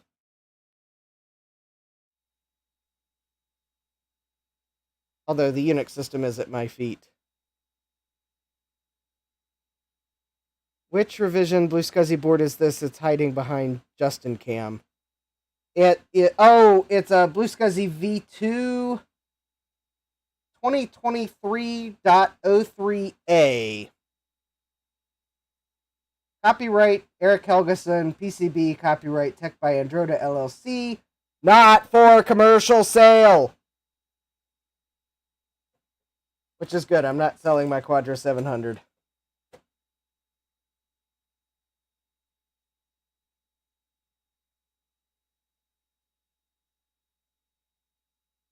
Oh, Jack, those are just insulators to make sure I didn't, short things, because I unnecessarily insulated the board. Alright. So, about this Macintosh, we have system 755. Probably because I powered up without a battery. We are in 2-color mode. I believe this has the extension to fix the date installed on it.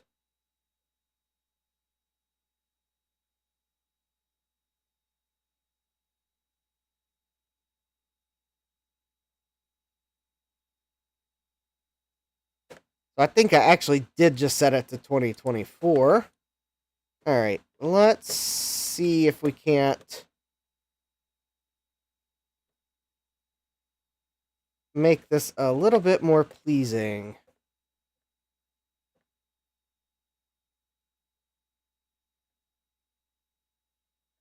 There we go. Yeah, the circuit board desktop pattern looks funny in black and white. Yes, it does.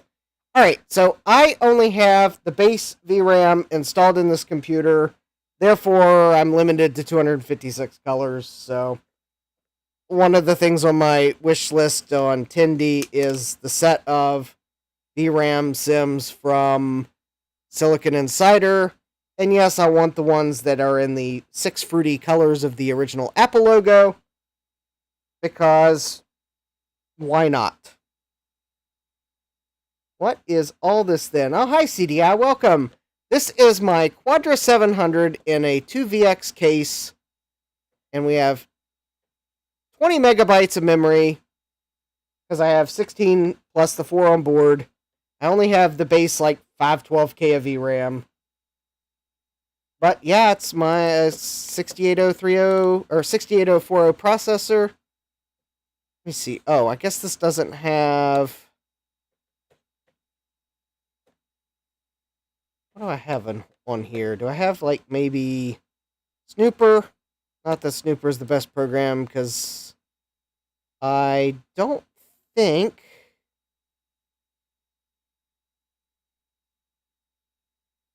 No, I do not have Snooper on here. Oh, bummer.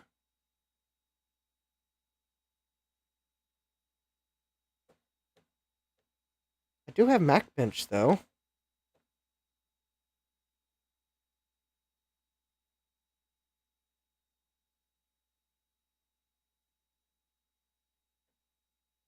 We'll run the main test. That'll... Oh, wait. What's the test suite? So, run test suite. Oh, yeah, it's the main test. I think that's the one I want. Yeah, alright. Speedometer... I don't have a speedometer on here. Let me get another...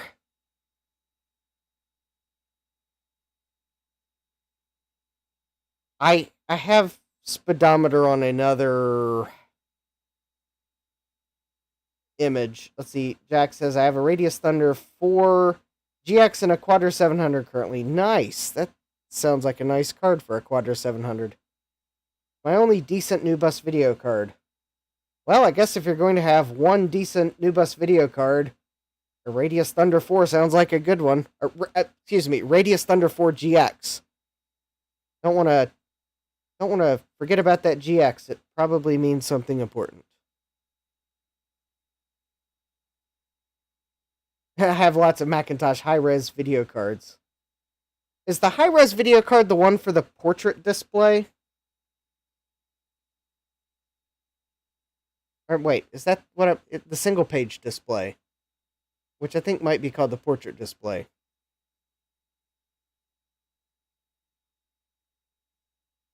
I don't remember which one's for that display. I have one of those displays. I've thought about getting the proper video card for it for weird reasons. Not for the Quadra 700, though.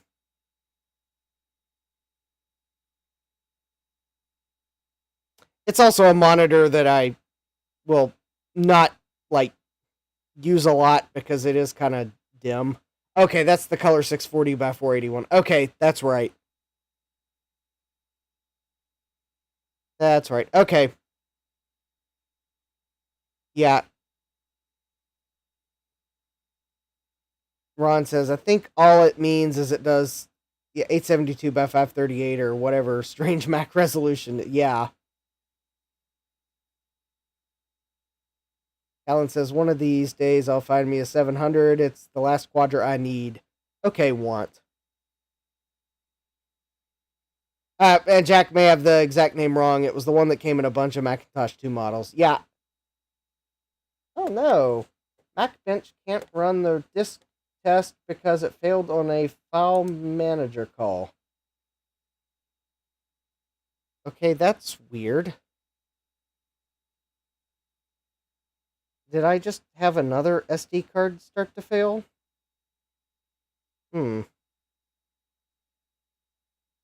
I'm looking to see if I have the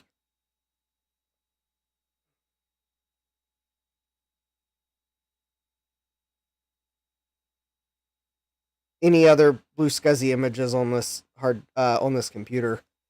Unfortunately, some of them are on my NAS, and I'm not going to power my NAS up to grab a blue scuzzy image.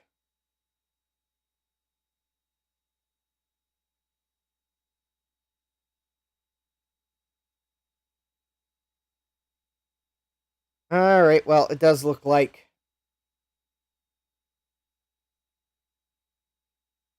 John. Oh, hi, John. John says, well, you are running HFS, which kills SSDs. Yeah. Well, unfortunately, with a Mac this old, there's no choice.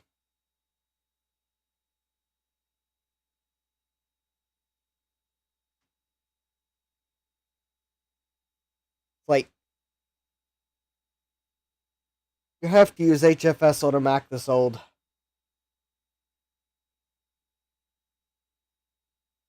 Joe says, John has a point. If you use an SSD in a machine that doesn't know about trim, you'll have a bad time. Eventually, yeah. Well, actually, SD cards I don't think support trim anyways, so... But actually, I've had a number of SD cards just eventually flat out fail where they won't even format with the SD formatter utility. Jack says SD cards aren't exactly built to last a long time. Yeah, not even the endurance ones.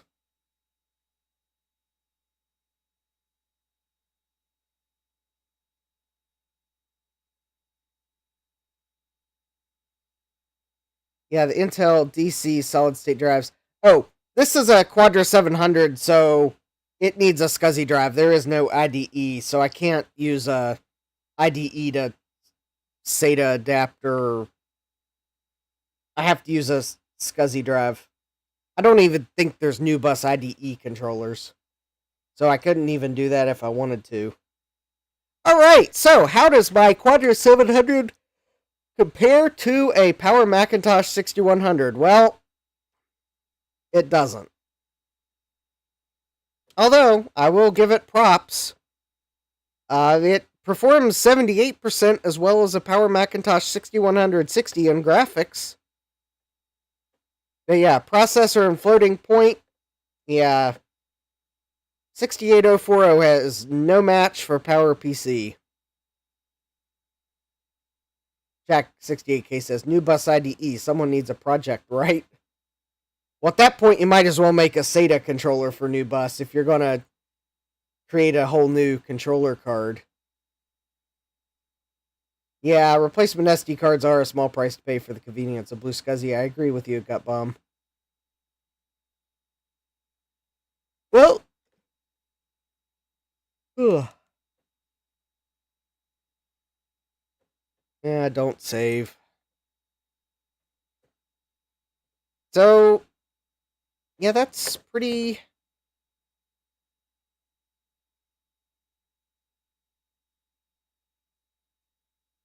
Yeah, Goblins, John says Goblins 2 needs a real 68K Mac. Yes. Well, this is definitely a real 68K Mac.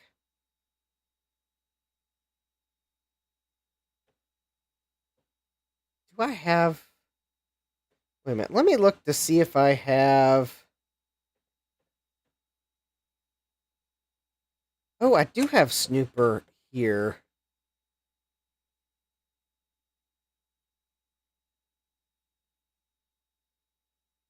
I didn't realize I had... I do have the Snooper image. There we go.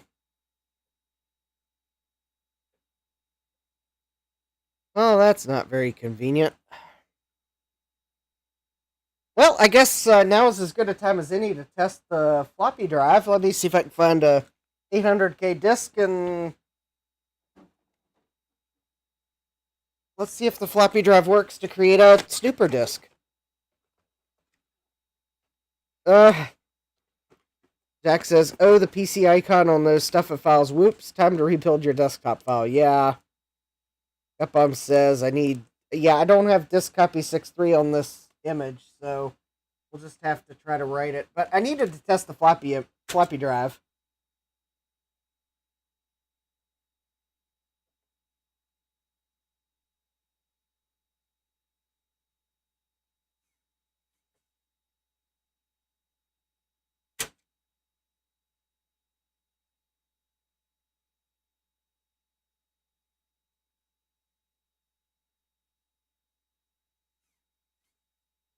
Well, that's weird. It's just like spitting the disk out.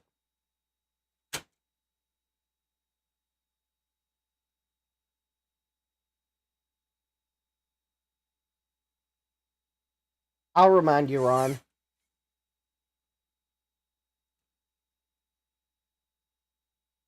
You know, I thought the Mac would tell you it had a... Can't read... Oh, is it... Oh, let me guess. It's because I have disk duplicator open. Alright. If I close disk duplicator and I put the floppy in the drive, will it tell me it's not formatted, or is it just going to spit it out?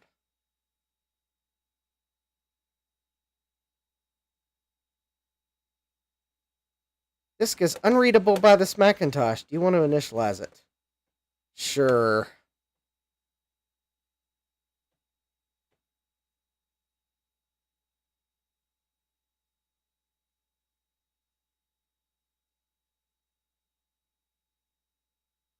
I didn't like the disk. It is a PC formatted disk.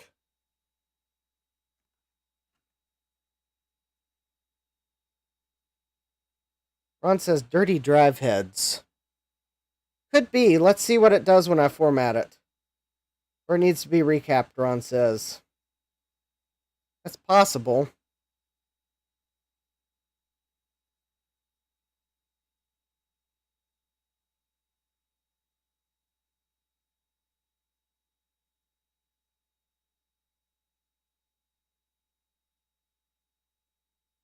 Or Disk Utility 4.2 really didn't want to deal with...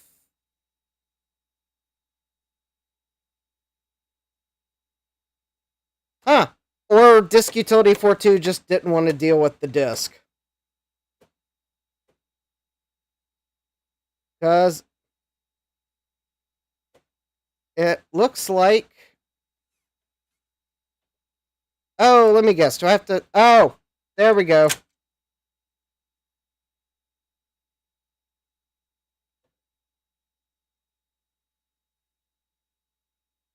That's what I did wrong. I should have clicked the copy disk and then put the disk in.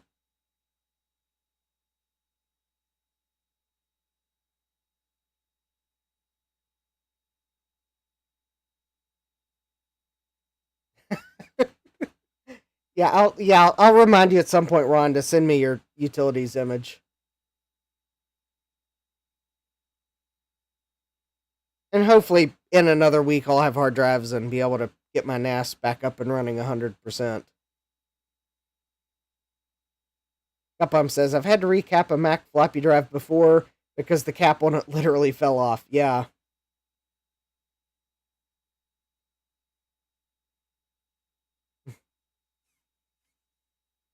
There we go.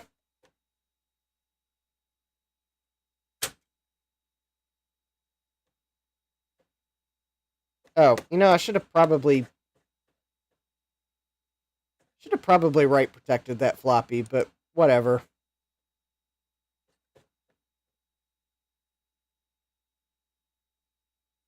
Nope, that's right. If I do Command E, then it'll do weird things. There we go.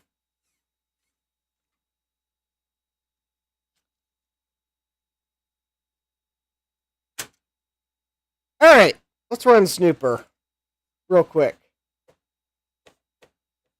Jack says, number of floppy drives recap to date 1. Yeah, I haven't needed to recap any Mac floppy drives yet. Knock on steel workbench. Gutbomb says, is this a manual eject or auto inject? This is an auto inject drive. That I think the 2VX may have come with both. I don't know. No, actually, it wasn't the 2VX that would have come with both. It would have been maybe it was the Quadra 650, or one of them in this case. I think could come with either, because I think I've seen this case style with both.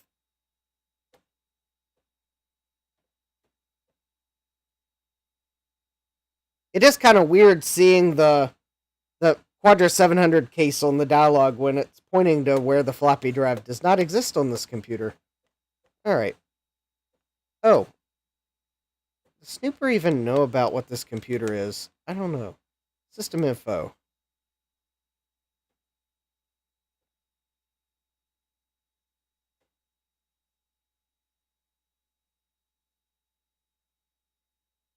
Machine type. Macintosh.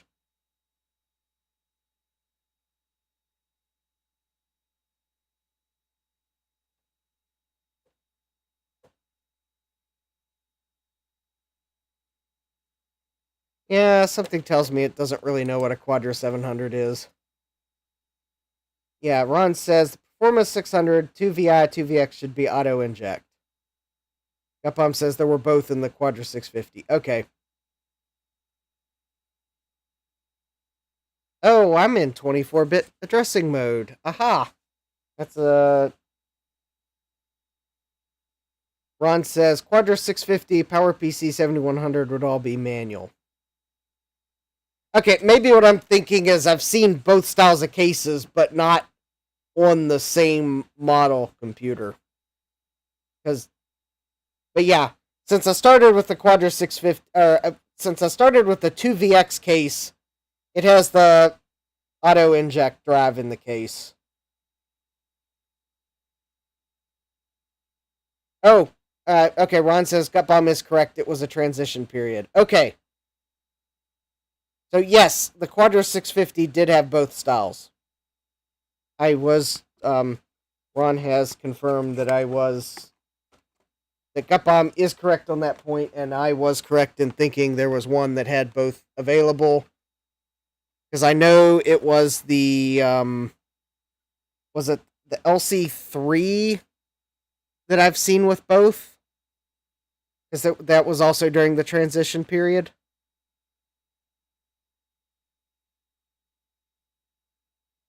Yeah, Gutbomb says the early 650s had the auto-inject ones with the kind of lopsided-looking slot.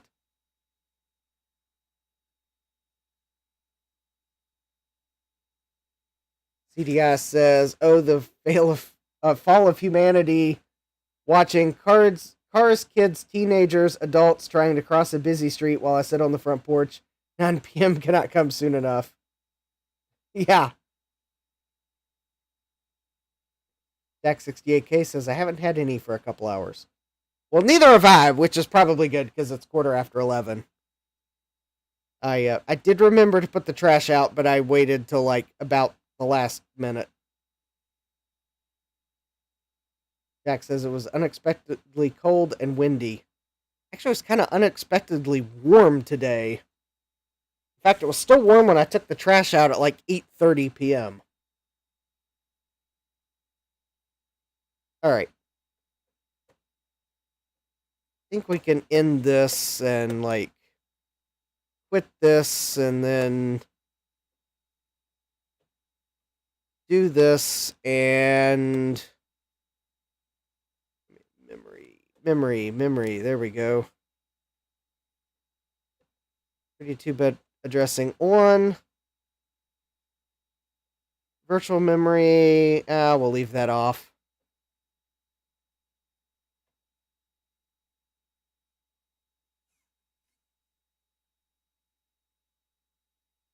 Alright, I do need to figure out the speaker.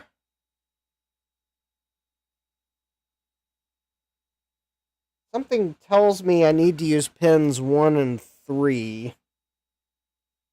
And I only have a 2-pin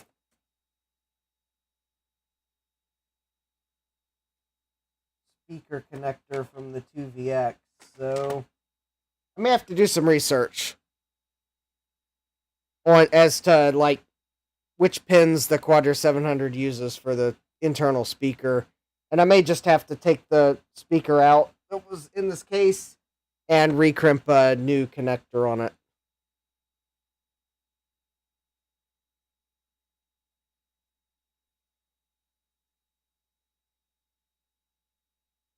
Yeah, Ron says LC1 and 2 and 3 auto inject. Late LC3 might be some manual. LC475 and Quadra 605 all manual. Yeah. I'm thinking I have seen a LC3 on eBay that had a manual inject, but I do not own one because eBay pricing on the Steve Jobs Rare LC3 was like ridiculous. I don't know what it actually sold for though.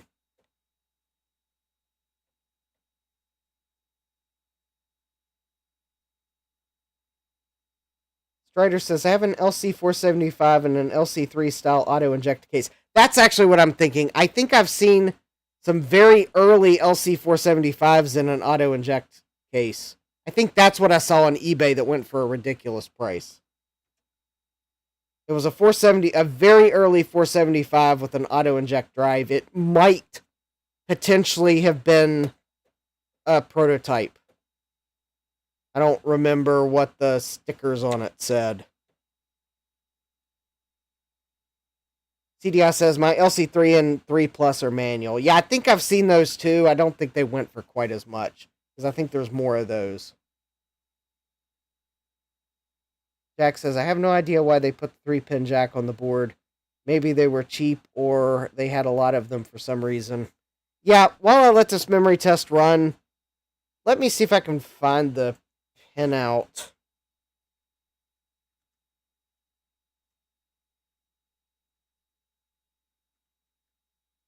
Because I can use some jumper wires.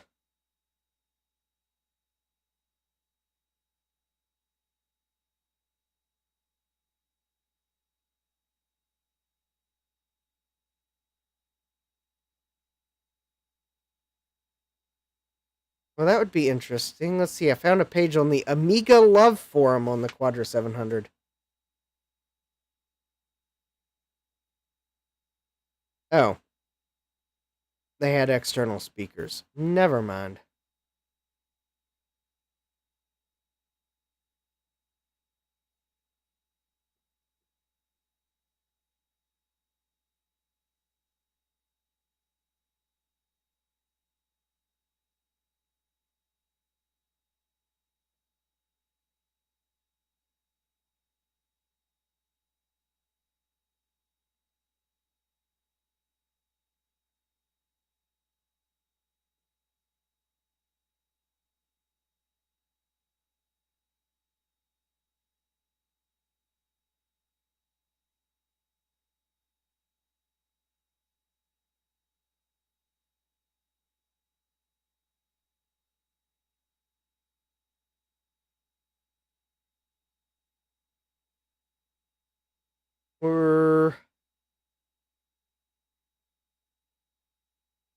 Actually, they actually had the Quadra 700 powered up in the photo.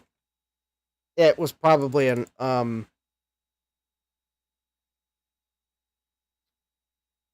probably a post on other 68K machines on the forum. Alright, let me see. Let me see if I can just find a picture of the Quadra 700 speaker. That's all I really need to see. If I see the speaker, it's probably going to have 2 wires connected to it. And all I really need to see is... No. That's weird. Oh, no. It has 2. Oh, there we go. Yeah, I found a picture of the Quadra 700. I thought for a moment the speaker had 3 wires. It's got 2 wires. it looks like it's pins 1 and 3 in the photo. It's not a very good photo, but I'll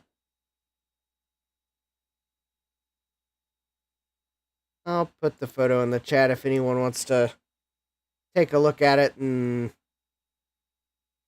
agree or disagree that it looks like there are 2 wires.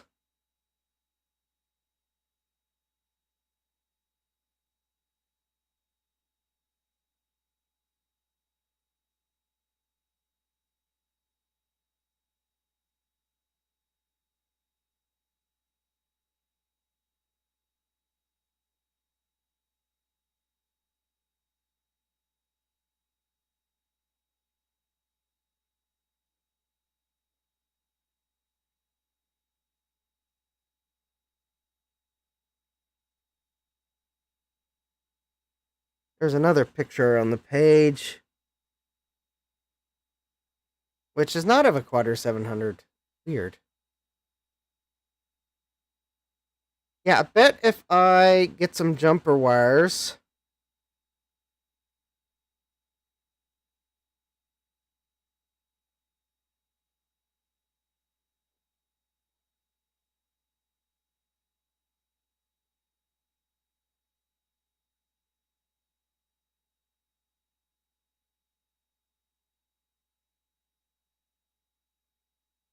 Oh yeah, I just found a slightly better photo on Flickr. It's of a side profile, but I can quite clearly see. Oh, good night, Eric. I quite clearly see the wires, or the speaker wires, go to pins 1 and 3. So let me go grab some jumper wires here real quick. We'll plug the speaker in to pins 1 and 3. We'll confirm it works. And if it does work, I'll quickly.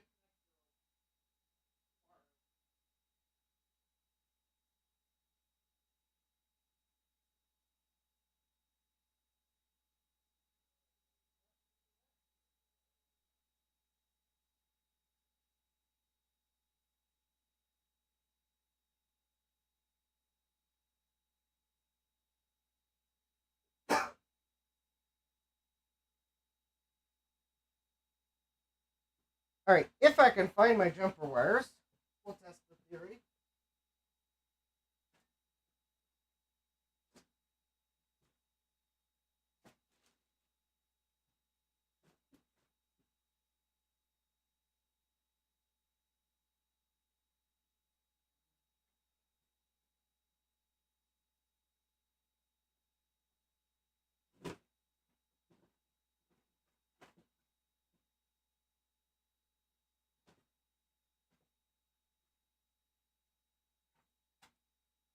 Oh, there we go. All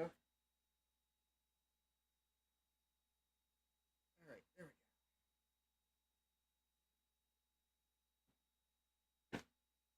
we go. Okay. Oh, hey, Jeremy.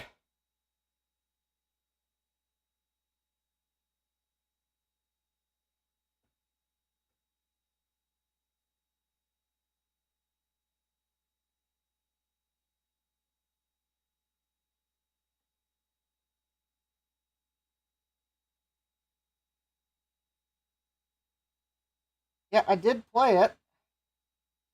So thank you, Jeremy, for the cool intro for tonight's live stream.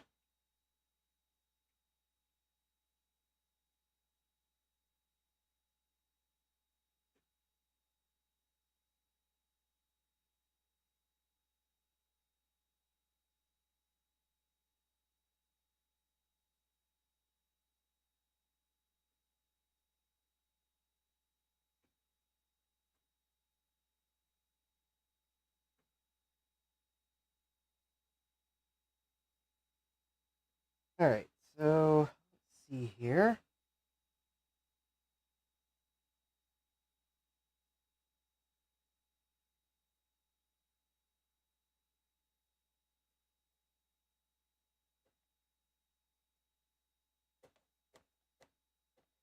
All right.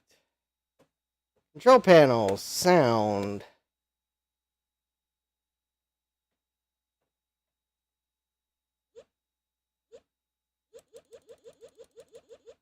All right, we got sound on the front speaker.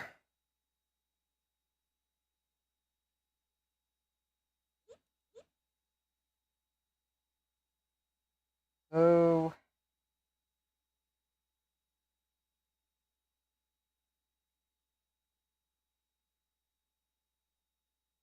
okay, well, that fixed that. Yeah, thanks, Jeremy. I enjoyed it, and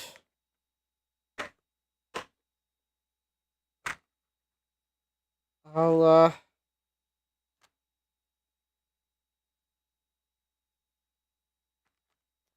alright. So, actually, what I'm going to do, because I just realized the pin pitch for the speaker connector on the Quadra 700 is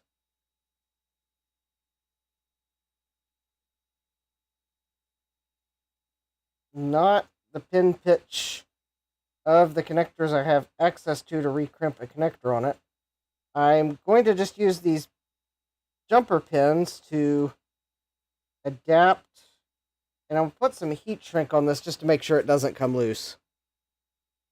Yeah, Jeremy, the voiceover work was like phenomenal, and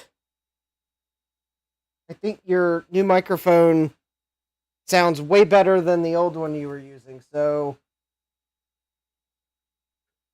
that was a good budget upgrade.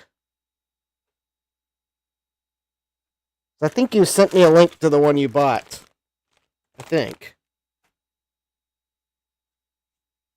So yeah, if you get a chance to re-record the voiceover for the Wheel of Regrets, I will replace the audio for a slightly more audible Wheel of Regrets animation, where we don't have the clipping issue and everyone can hear the little snarky comment. So I am going to put some heat shrink on the speaker wires just to keep it from coming undone here real quick. So, it's basically... it's off camera.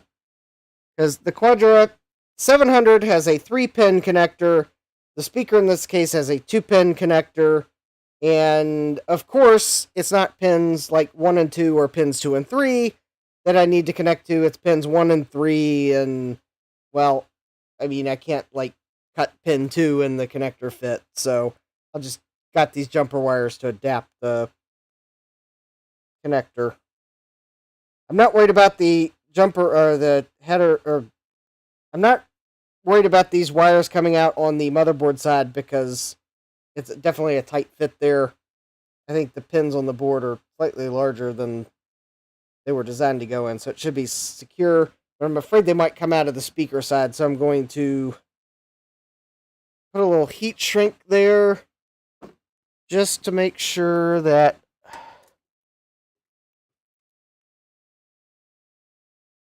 it doesn't come loose when I don't want it to.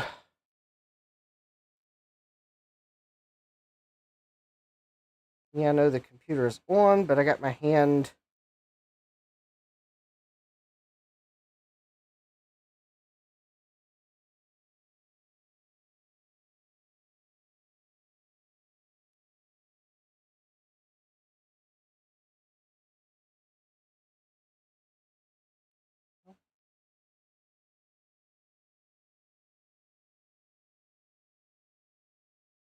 There we go.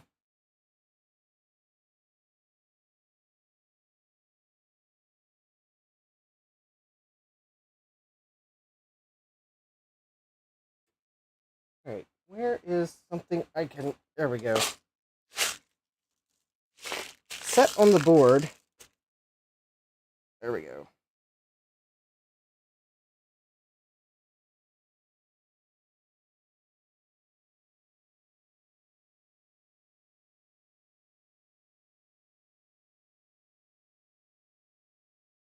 Oh, that's not quite the right size heat shrink tubing, but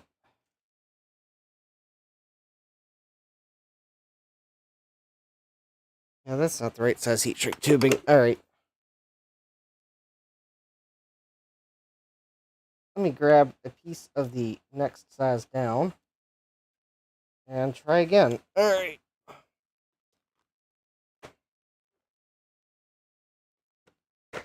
So that was 10 millimeters. So let's see here. That probably means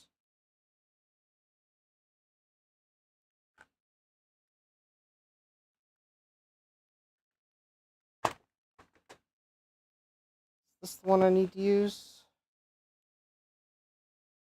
I think that's the one I gotta use right here.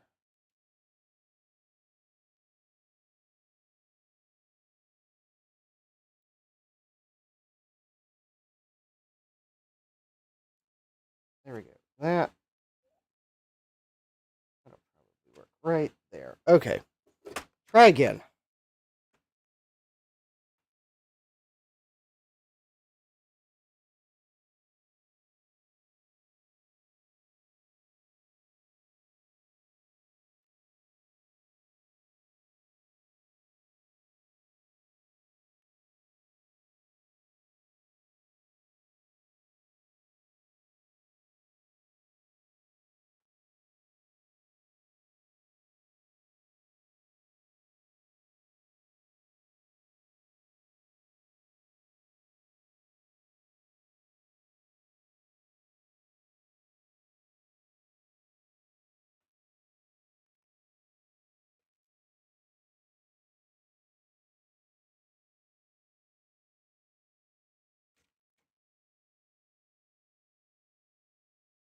Oop.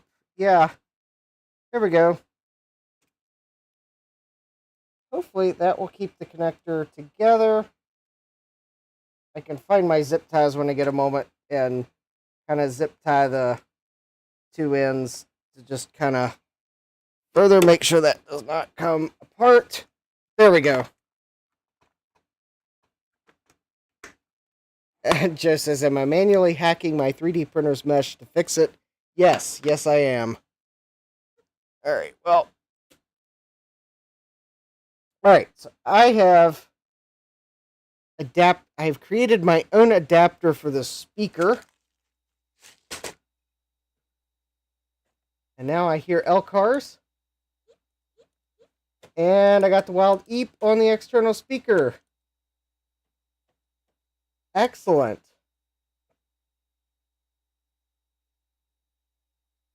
All right, I don't know where my... Oh, that's embarrassing. I just found a... I thought I had found an empty can of contact cleaner. I thought I had managed to get rid of all the empty cans. Because for some reason I had like multiple cans that were like effectively empty. You can shake them and it sounded like there was a little bit of something in the can, but nothing comes out if you spray it. I don't know why I was keeping them. Maybe I thought, well, maybe if I find the right angle to hold the can at, that I can use it, but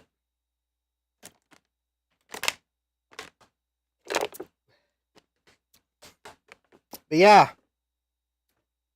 There we go. It's a Quadra 700 in a 2VX case. Got the logic board in by removing the little plug that covers the AAUI port. Because I guess Apple thought they might put it in the 2VX, or maybe it was so they could do a logic board swap and not have to replace your case. They could just pop this up. I don't know. Anyways, you remove that plug from the case, and the Quadra 700 board goes in a 2VX case. The program and reset buttons even fit and work. You got to adapt the speaker, but that's not a big deal. And so that's done. Got the power supply put back together that I'd recapped previously and ultrasonically cleaned. I think why I didn't put it back together in the stream I recapped it is because I had to put a new connector on the fan, but because the connector came off while disassembling the power supply. Anyways, the original fan was normal sounding. I mean, It's louder than modern fans that would move the same amount of air, but I wasn't going to replace the original fan when it didn't need it because it's not making weird bearing noises. So, floppy drive works. I think I'd previously cleaned and lubricated it. So, it works. I didn't plug the CD-ROM drive in because I'll use Blue SCSI for that. But the CD-ROM drive is back in the case so that there won't be an awkward gap in the case. But I have recapped it, and it does work. But I'm not going to plug it in because I'm going to use Blue SCSI. So, and I've misplaced the power cable for it anyways. I'm not worried about the modem port failing because I don't have loopback connectors. Forgot to turn that off. So, really, the only things I really need to do to my Quadras 700 CD, possibly retrobrite the case, although I'm kind of lazy when it comes to that, and I may not do it. Be nice to get some new bus slot covers for the case, because this one didn't have any. And somehow make a new case badge for the front. That would be really cool. Although, if I can remember what I did with the front of the case, probably not. I did have some engine property stickers that I bought off Tindy, I think. Or was it Etsy? They're like custom-made stickers that actually the QR code on them goes to my YouTube channel. So that's kind of cool. I was going to put one of those over the where it said Macintosh 2VX on the front until I can have a new case badge made. Oh, and I need to put VRAM. I need to get a VRAM upgrade. So I can have more colors than just 256. But other than that, though, I mean, it's working. It's really nice that I got the logic board in a case now because I don't have to worry about somehow damaging it because it's not in a case. So, yay for that. Luckily, the dinosaur behind me is seemingly behaving itself. So, yeah. Yeah, I guess this has been a successful evening. Oh, other than the item I am going to have to return to the eBay seller because they sent me the wrong heatsinks. Bummer. Hopefully they have the correct ones because, well, I bought heatsinks that I thought I could get on the socket 7 in the single board computer. I guess, I guess probably really stop this because there we go. Are there any other things we could do in Snooper? I don't know, math benchmark maybe?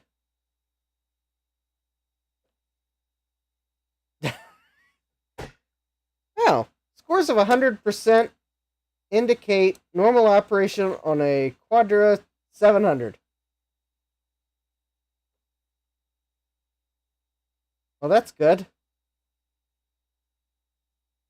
I didn't think Snooper supported a Quadra 700. Oh, that's kind of odd that without FPU is 95%. Probably close enough.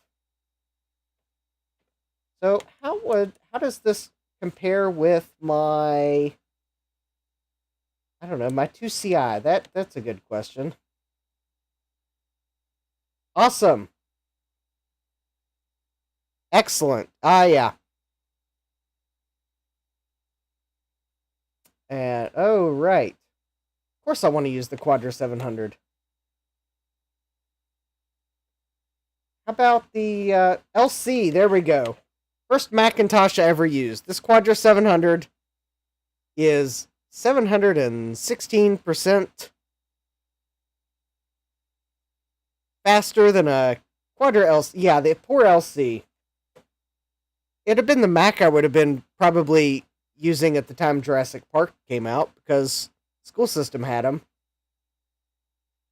Look at that. With an FPU, using the FPU, the Quadra 700 is 23,584% faster And a Macintosh LC that doesn't have an FPU.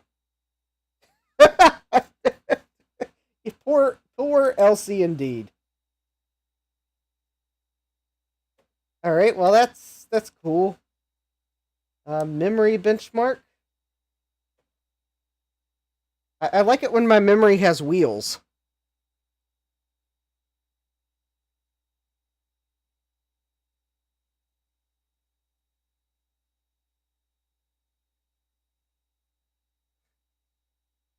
It's an italicized memory card with wheels, yeah.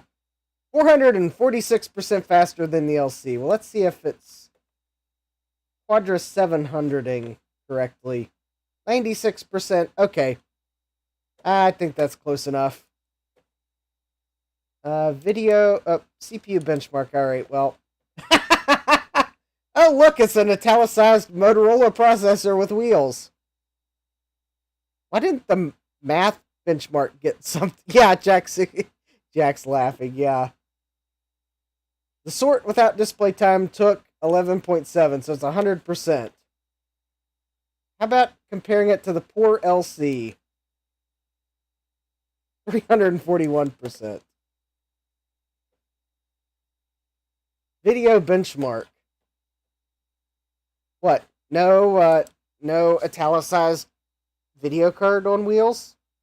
Disappoint.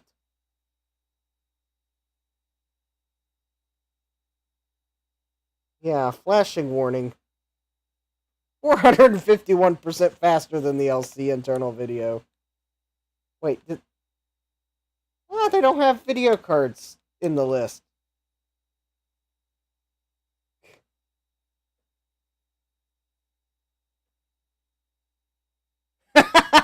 Jack says, but they couldn't be bothered to have separate images for the 68000, 68020, 68030, and 68040. Just 680XO, yeah.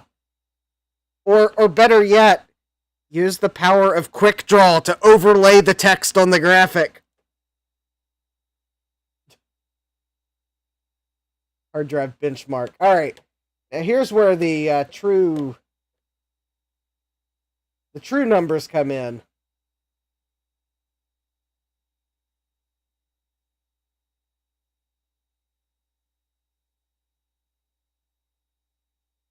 Oh, it's not going to let me... I thought it would give me comparative benchmarks for... Oh, well.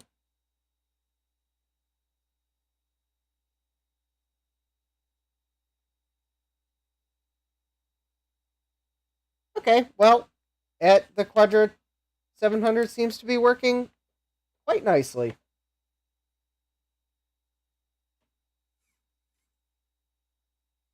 And I got a snooper floppy disk now, too. Neat. All right.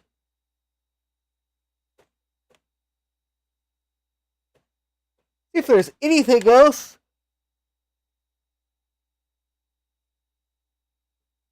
Hi, Dave's Vintage Apple Tech.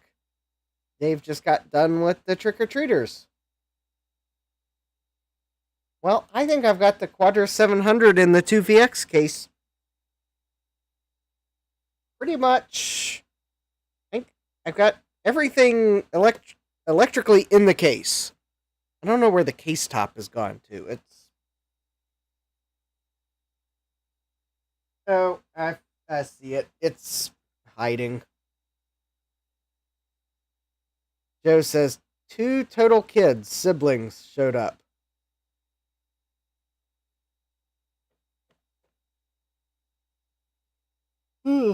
Dave says 80.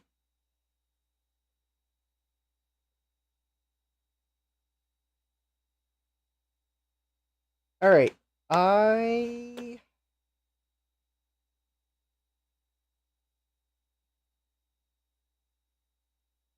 don't really have...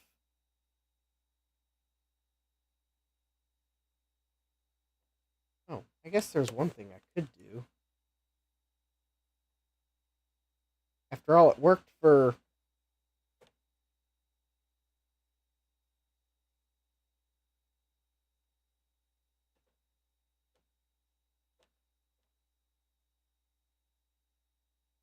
Oh, wait. Oh, did I not set up corners? Oh, I did. Okay. I mean, it worked for Retrotech or Die, so let's see how it looks with on a Quadra 700.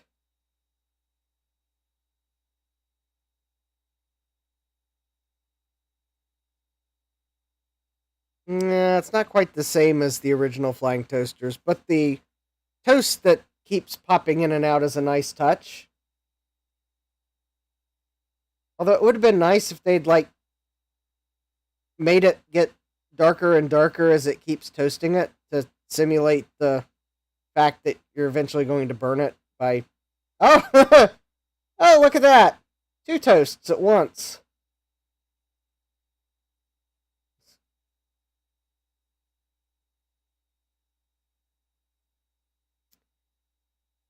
Dave says, oh, Jack says, I only had 33. My neighborhood doesn't have tons of kids, though. It seems to be changing.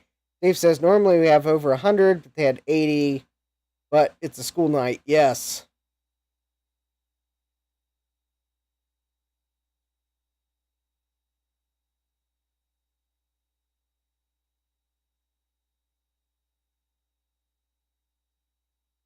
Jack says, I wonder how much this screensaver is taxing the CPU. Well, it'd be hard to tell, because it's not like I could turn on a frame counter or something.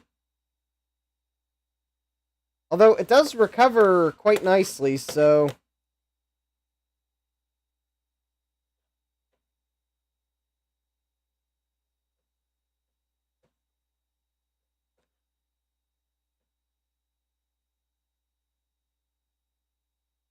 I guess it doesn't have the classic flying toasters. Oh well.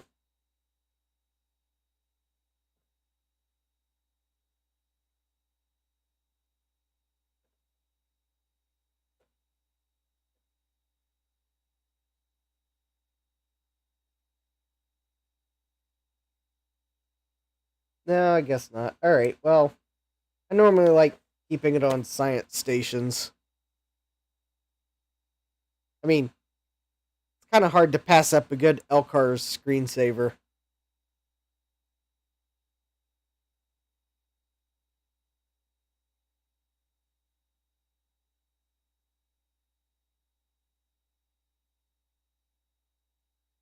Yeah, Jack says the Quadra 700 requires professional flying toasters.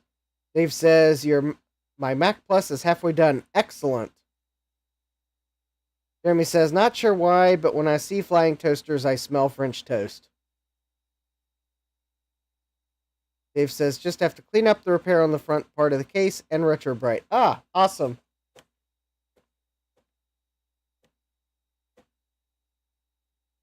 All right, well, I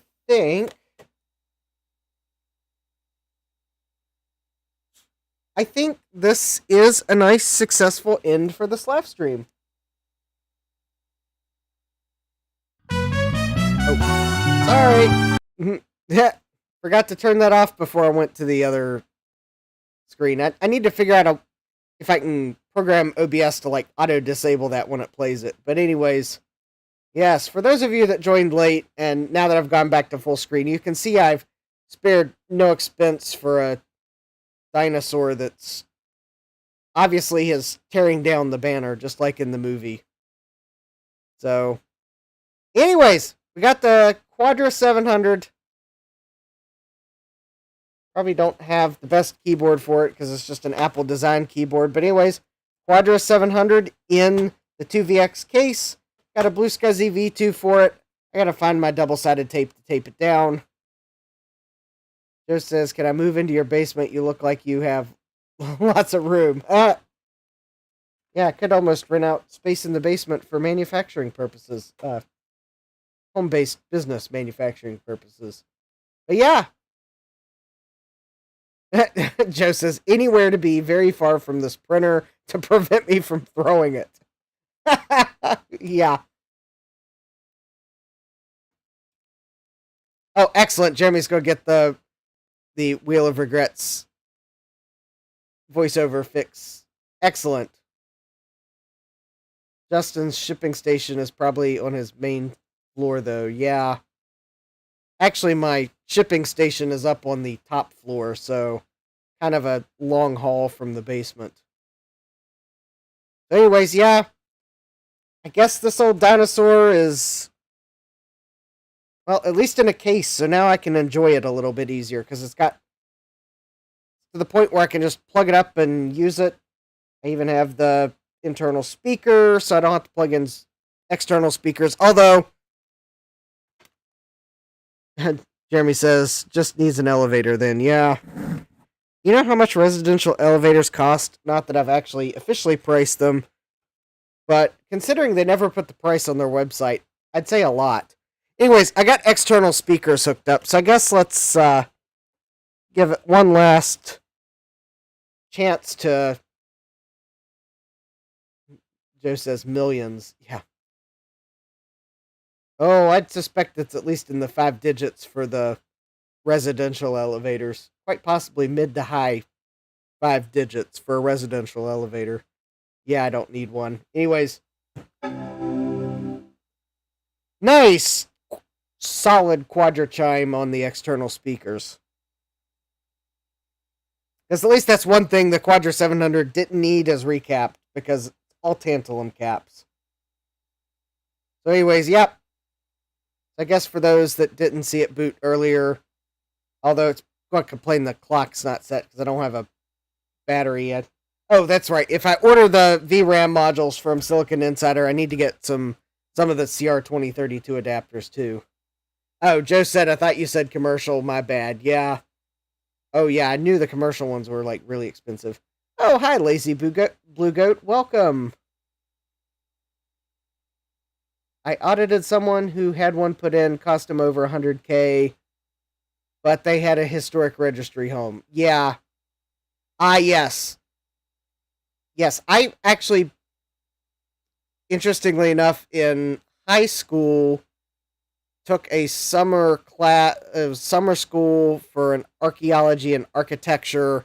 It was like an advanced summer school thing. And one of the days we actually went and got to tour a couple of the older homes in the neighborhood. I think the teacher of the class had knew a realtor, and I guess they were able to get permission from a couple homeowners that had their house on the market. So, and I remember one of them had a residential elevator, but yeah, I suspect it was maybe one of the more expensive ones, because I think it was a historic home, and that kind of dictates where you can and can't put your residential elevator. And no, we didn't get to ride it, but it was kind of hard to miss that there was a elevator in the house.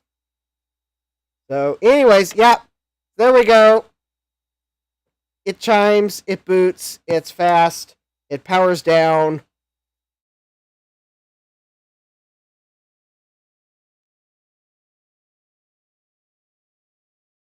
Jeremy says, I watched a series of video recently where someone built their own elevator with parts bought from Home Depot or Lowe's, and a winch from Harbor Freight.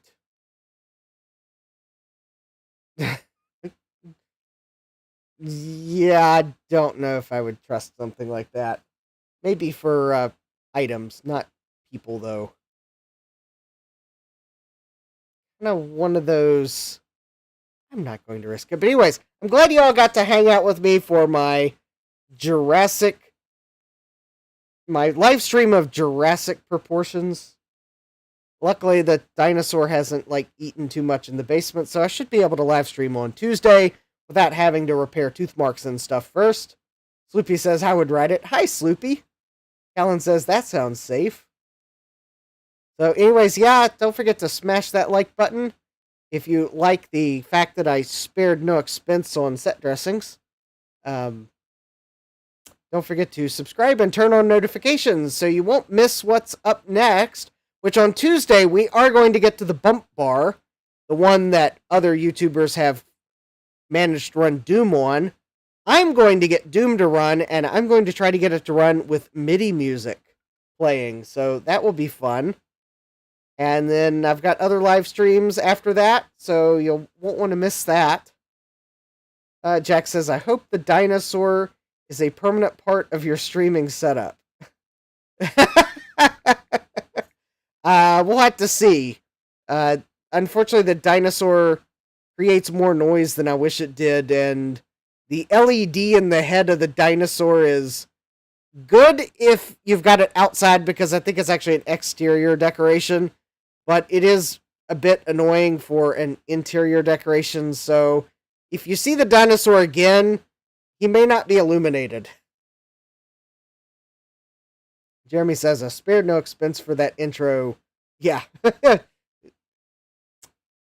Yes, I do appreciate that, Jeremy. So yeah, everyone, thank Jeremy for the awesome intro. If you missed it, you can catch it on the replay.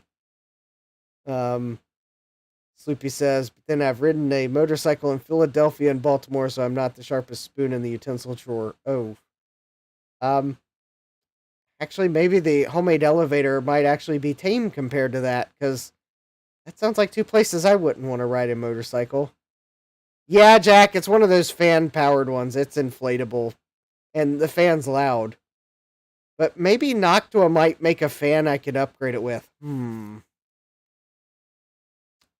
have to see about that one, because I do like the dinosaur otherwise.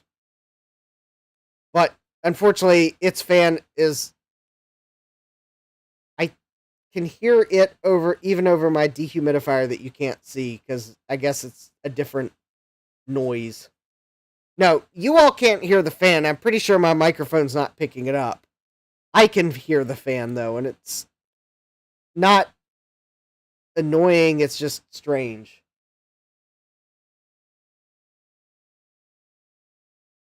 Because... Oh, I was hearing a noise, but actually, I'm hearing my dehumidifier and that fan running now. I was just making sure it wasn't water running. Because that would be bad. Yeah, pretty sure it's not water running. If it is, then I might be having a fun evening.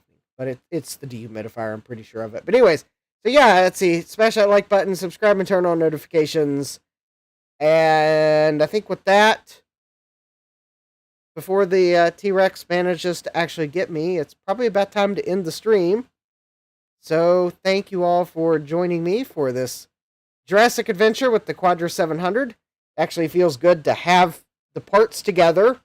Now it will be easier to store these parts because they are in a case, even if it is a 2VX case.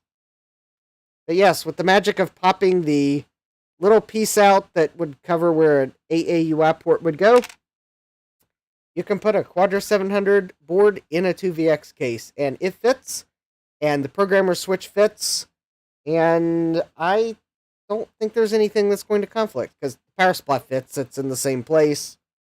I'm pretty sure there's enough clearance to put VRAMs in, yep.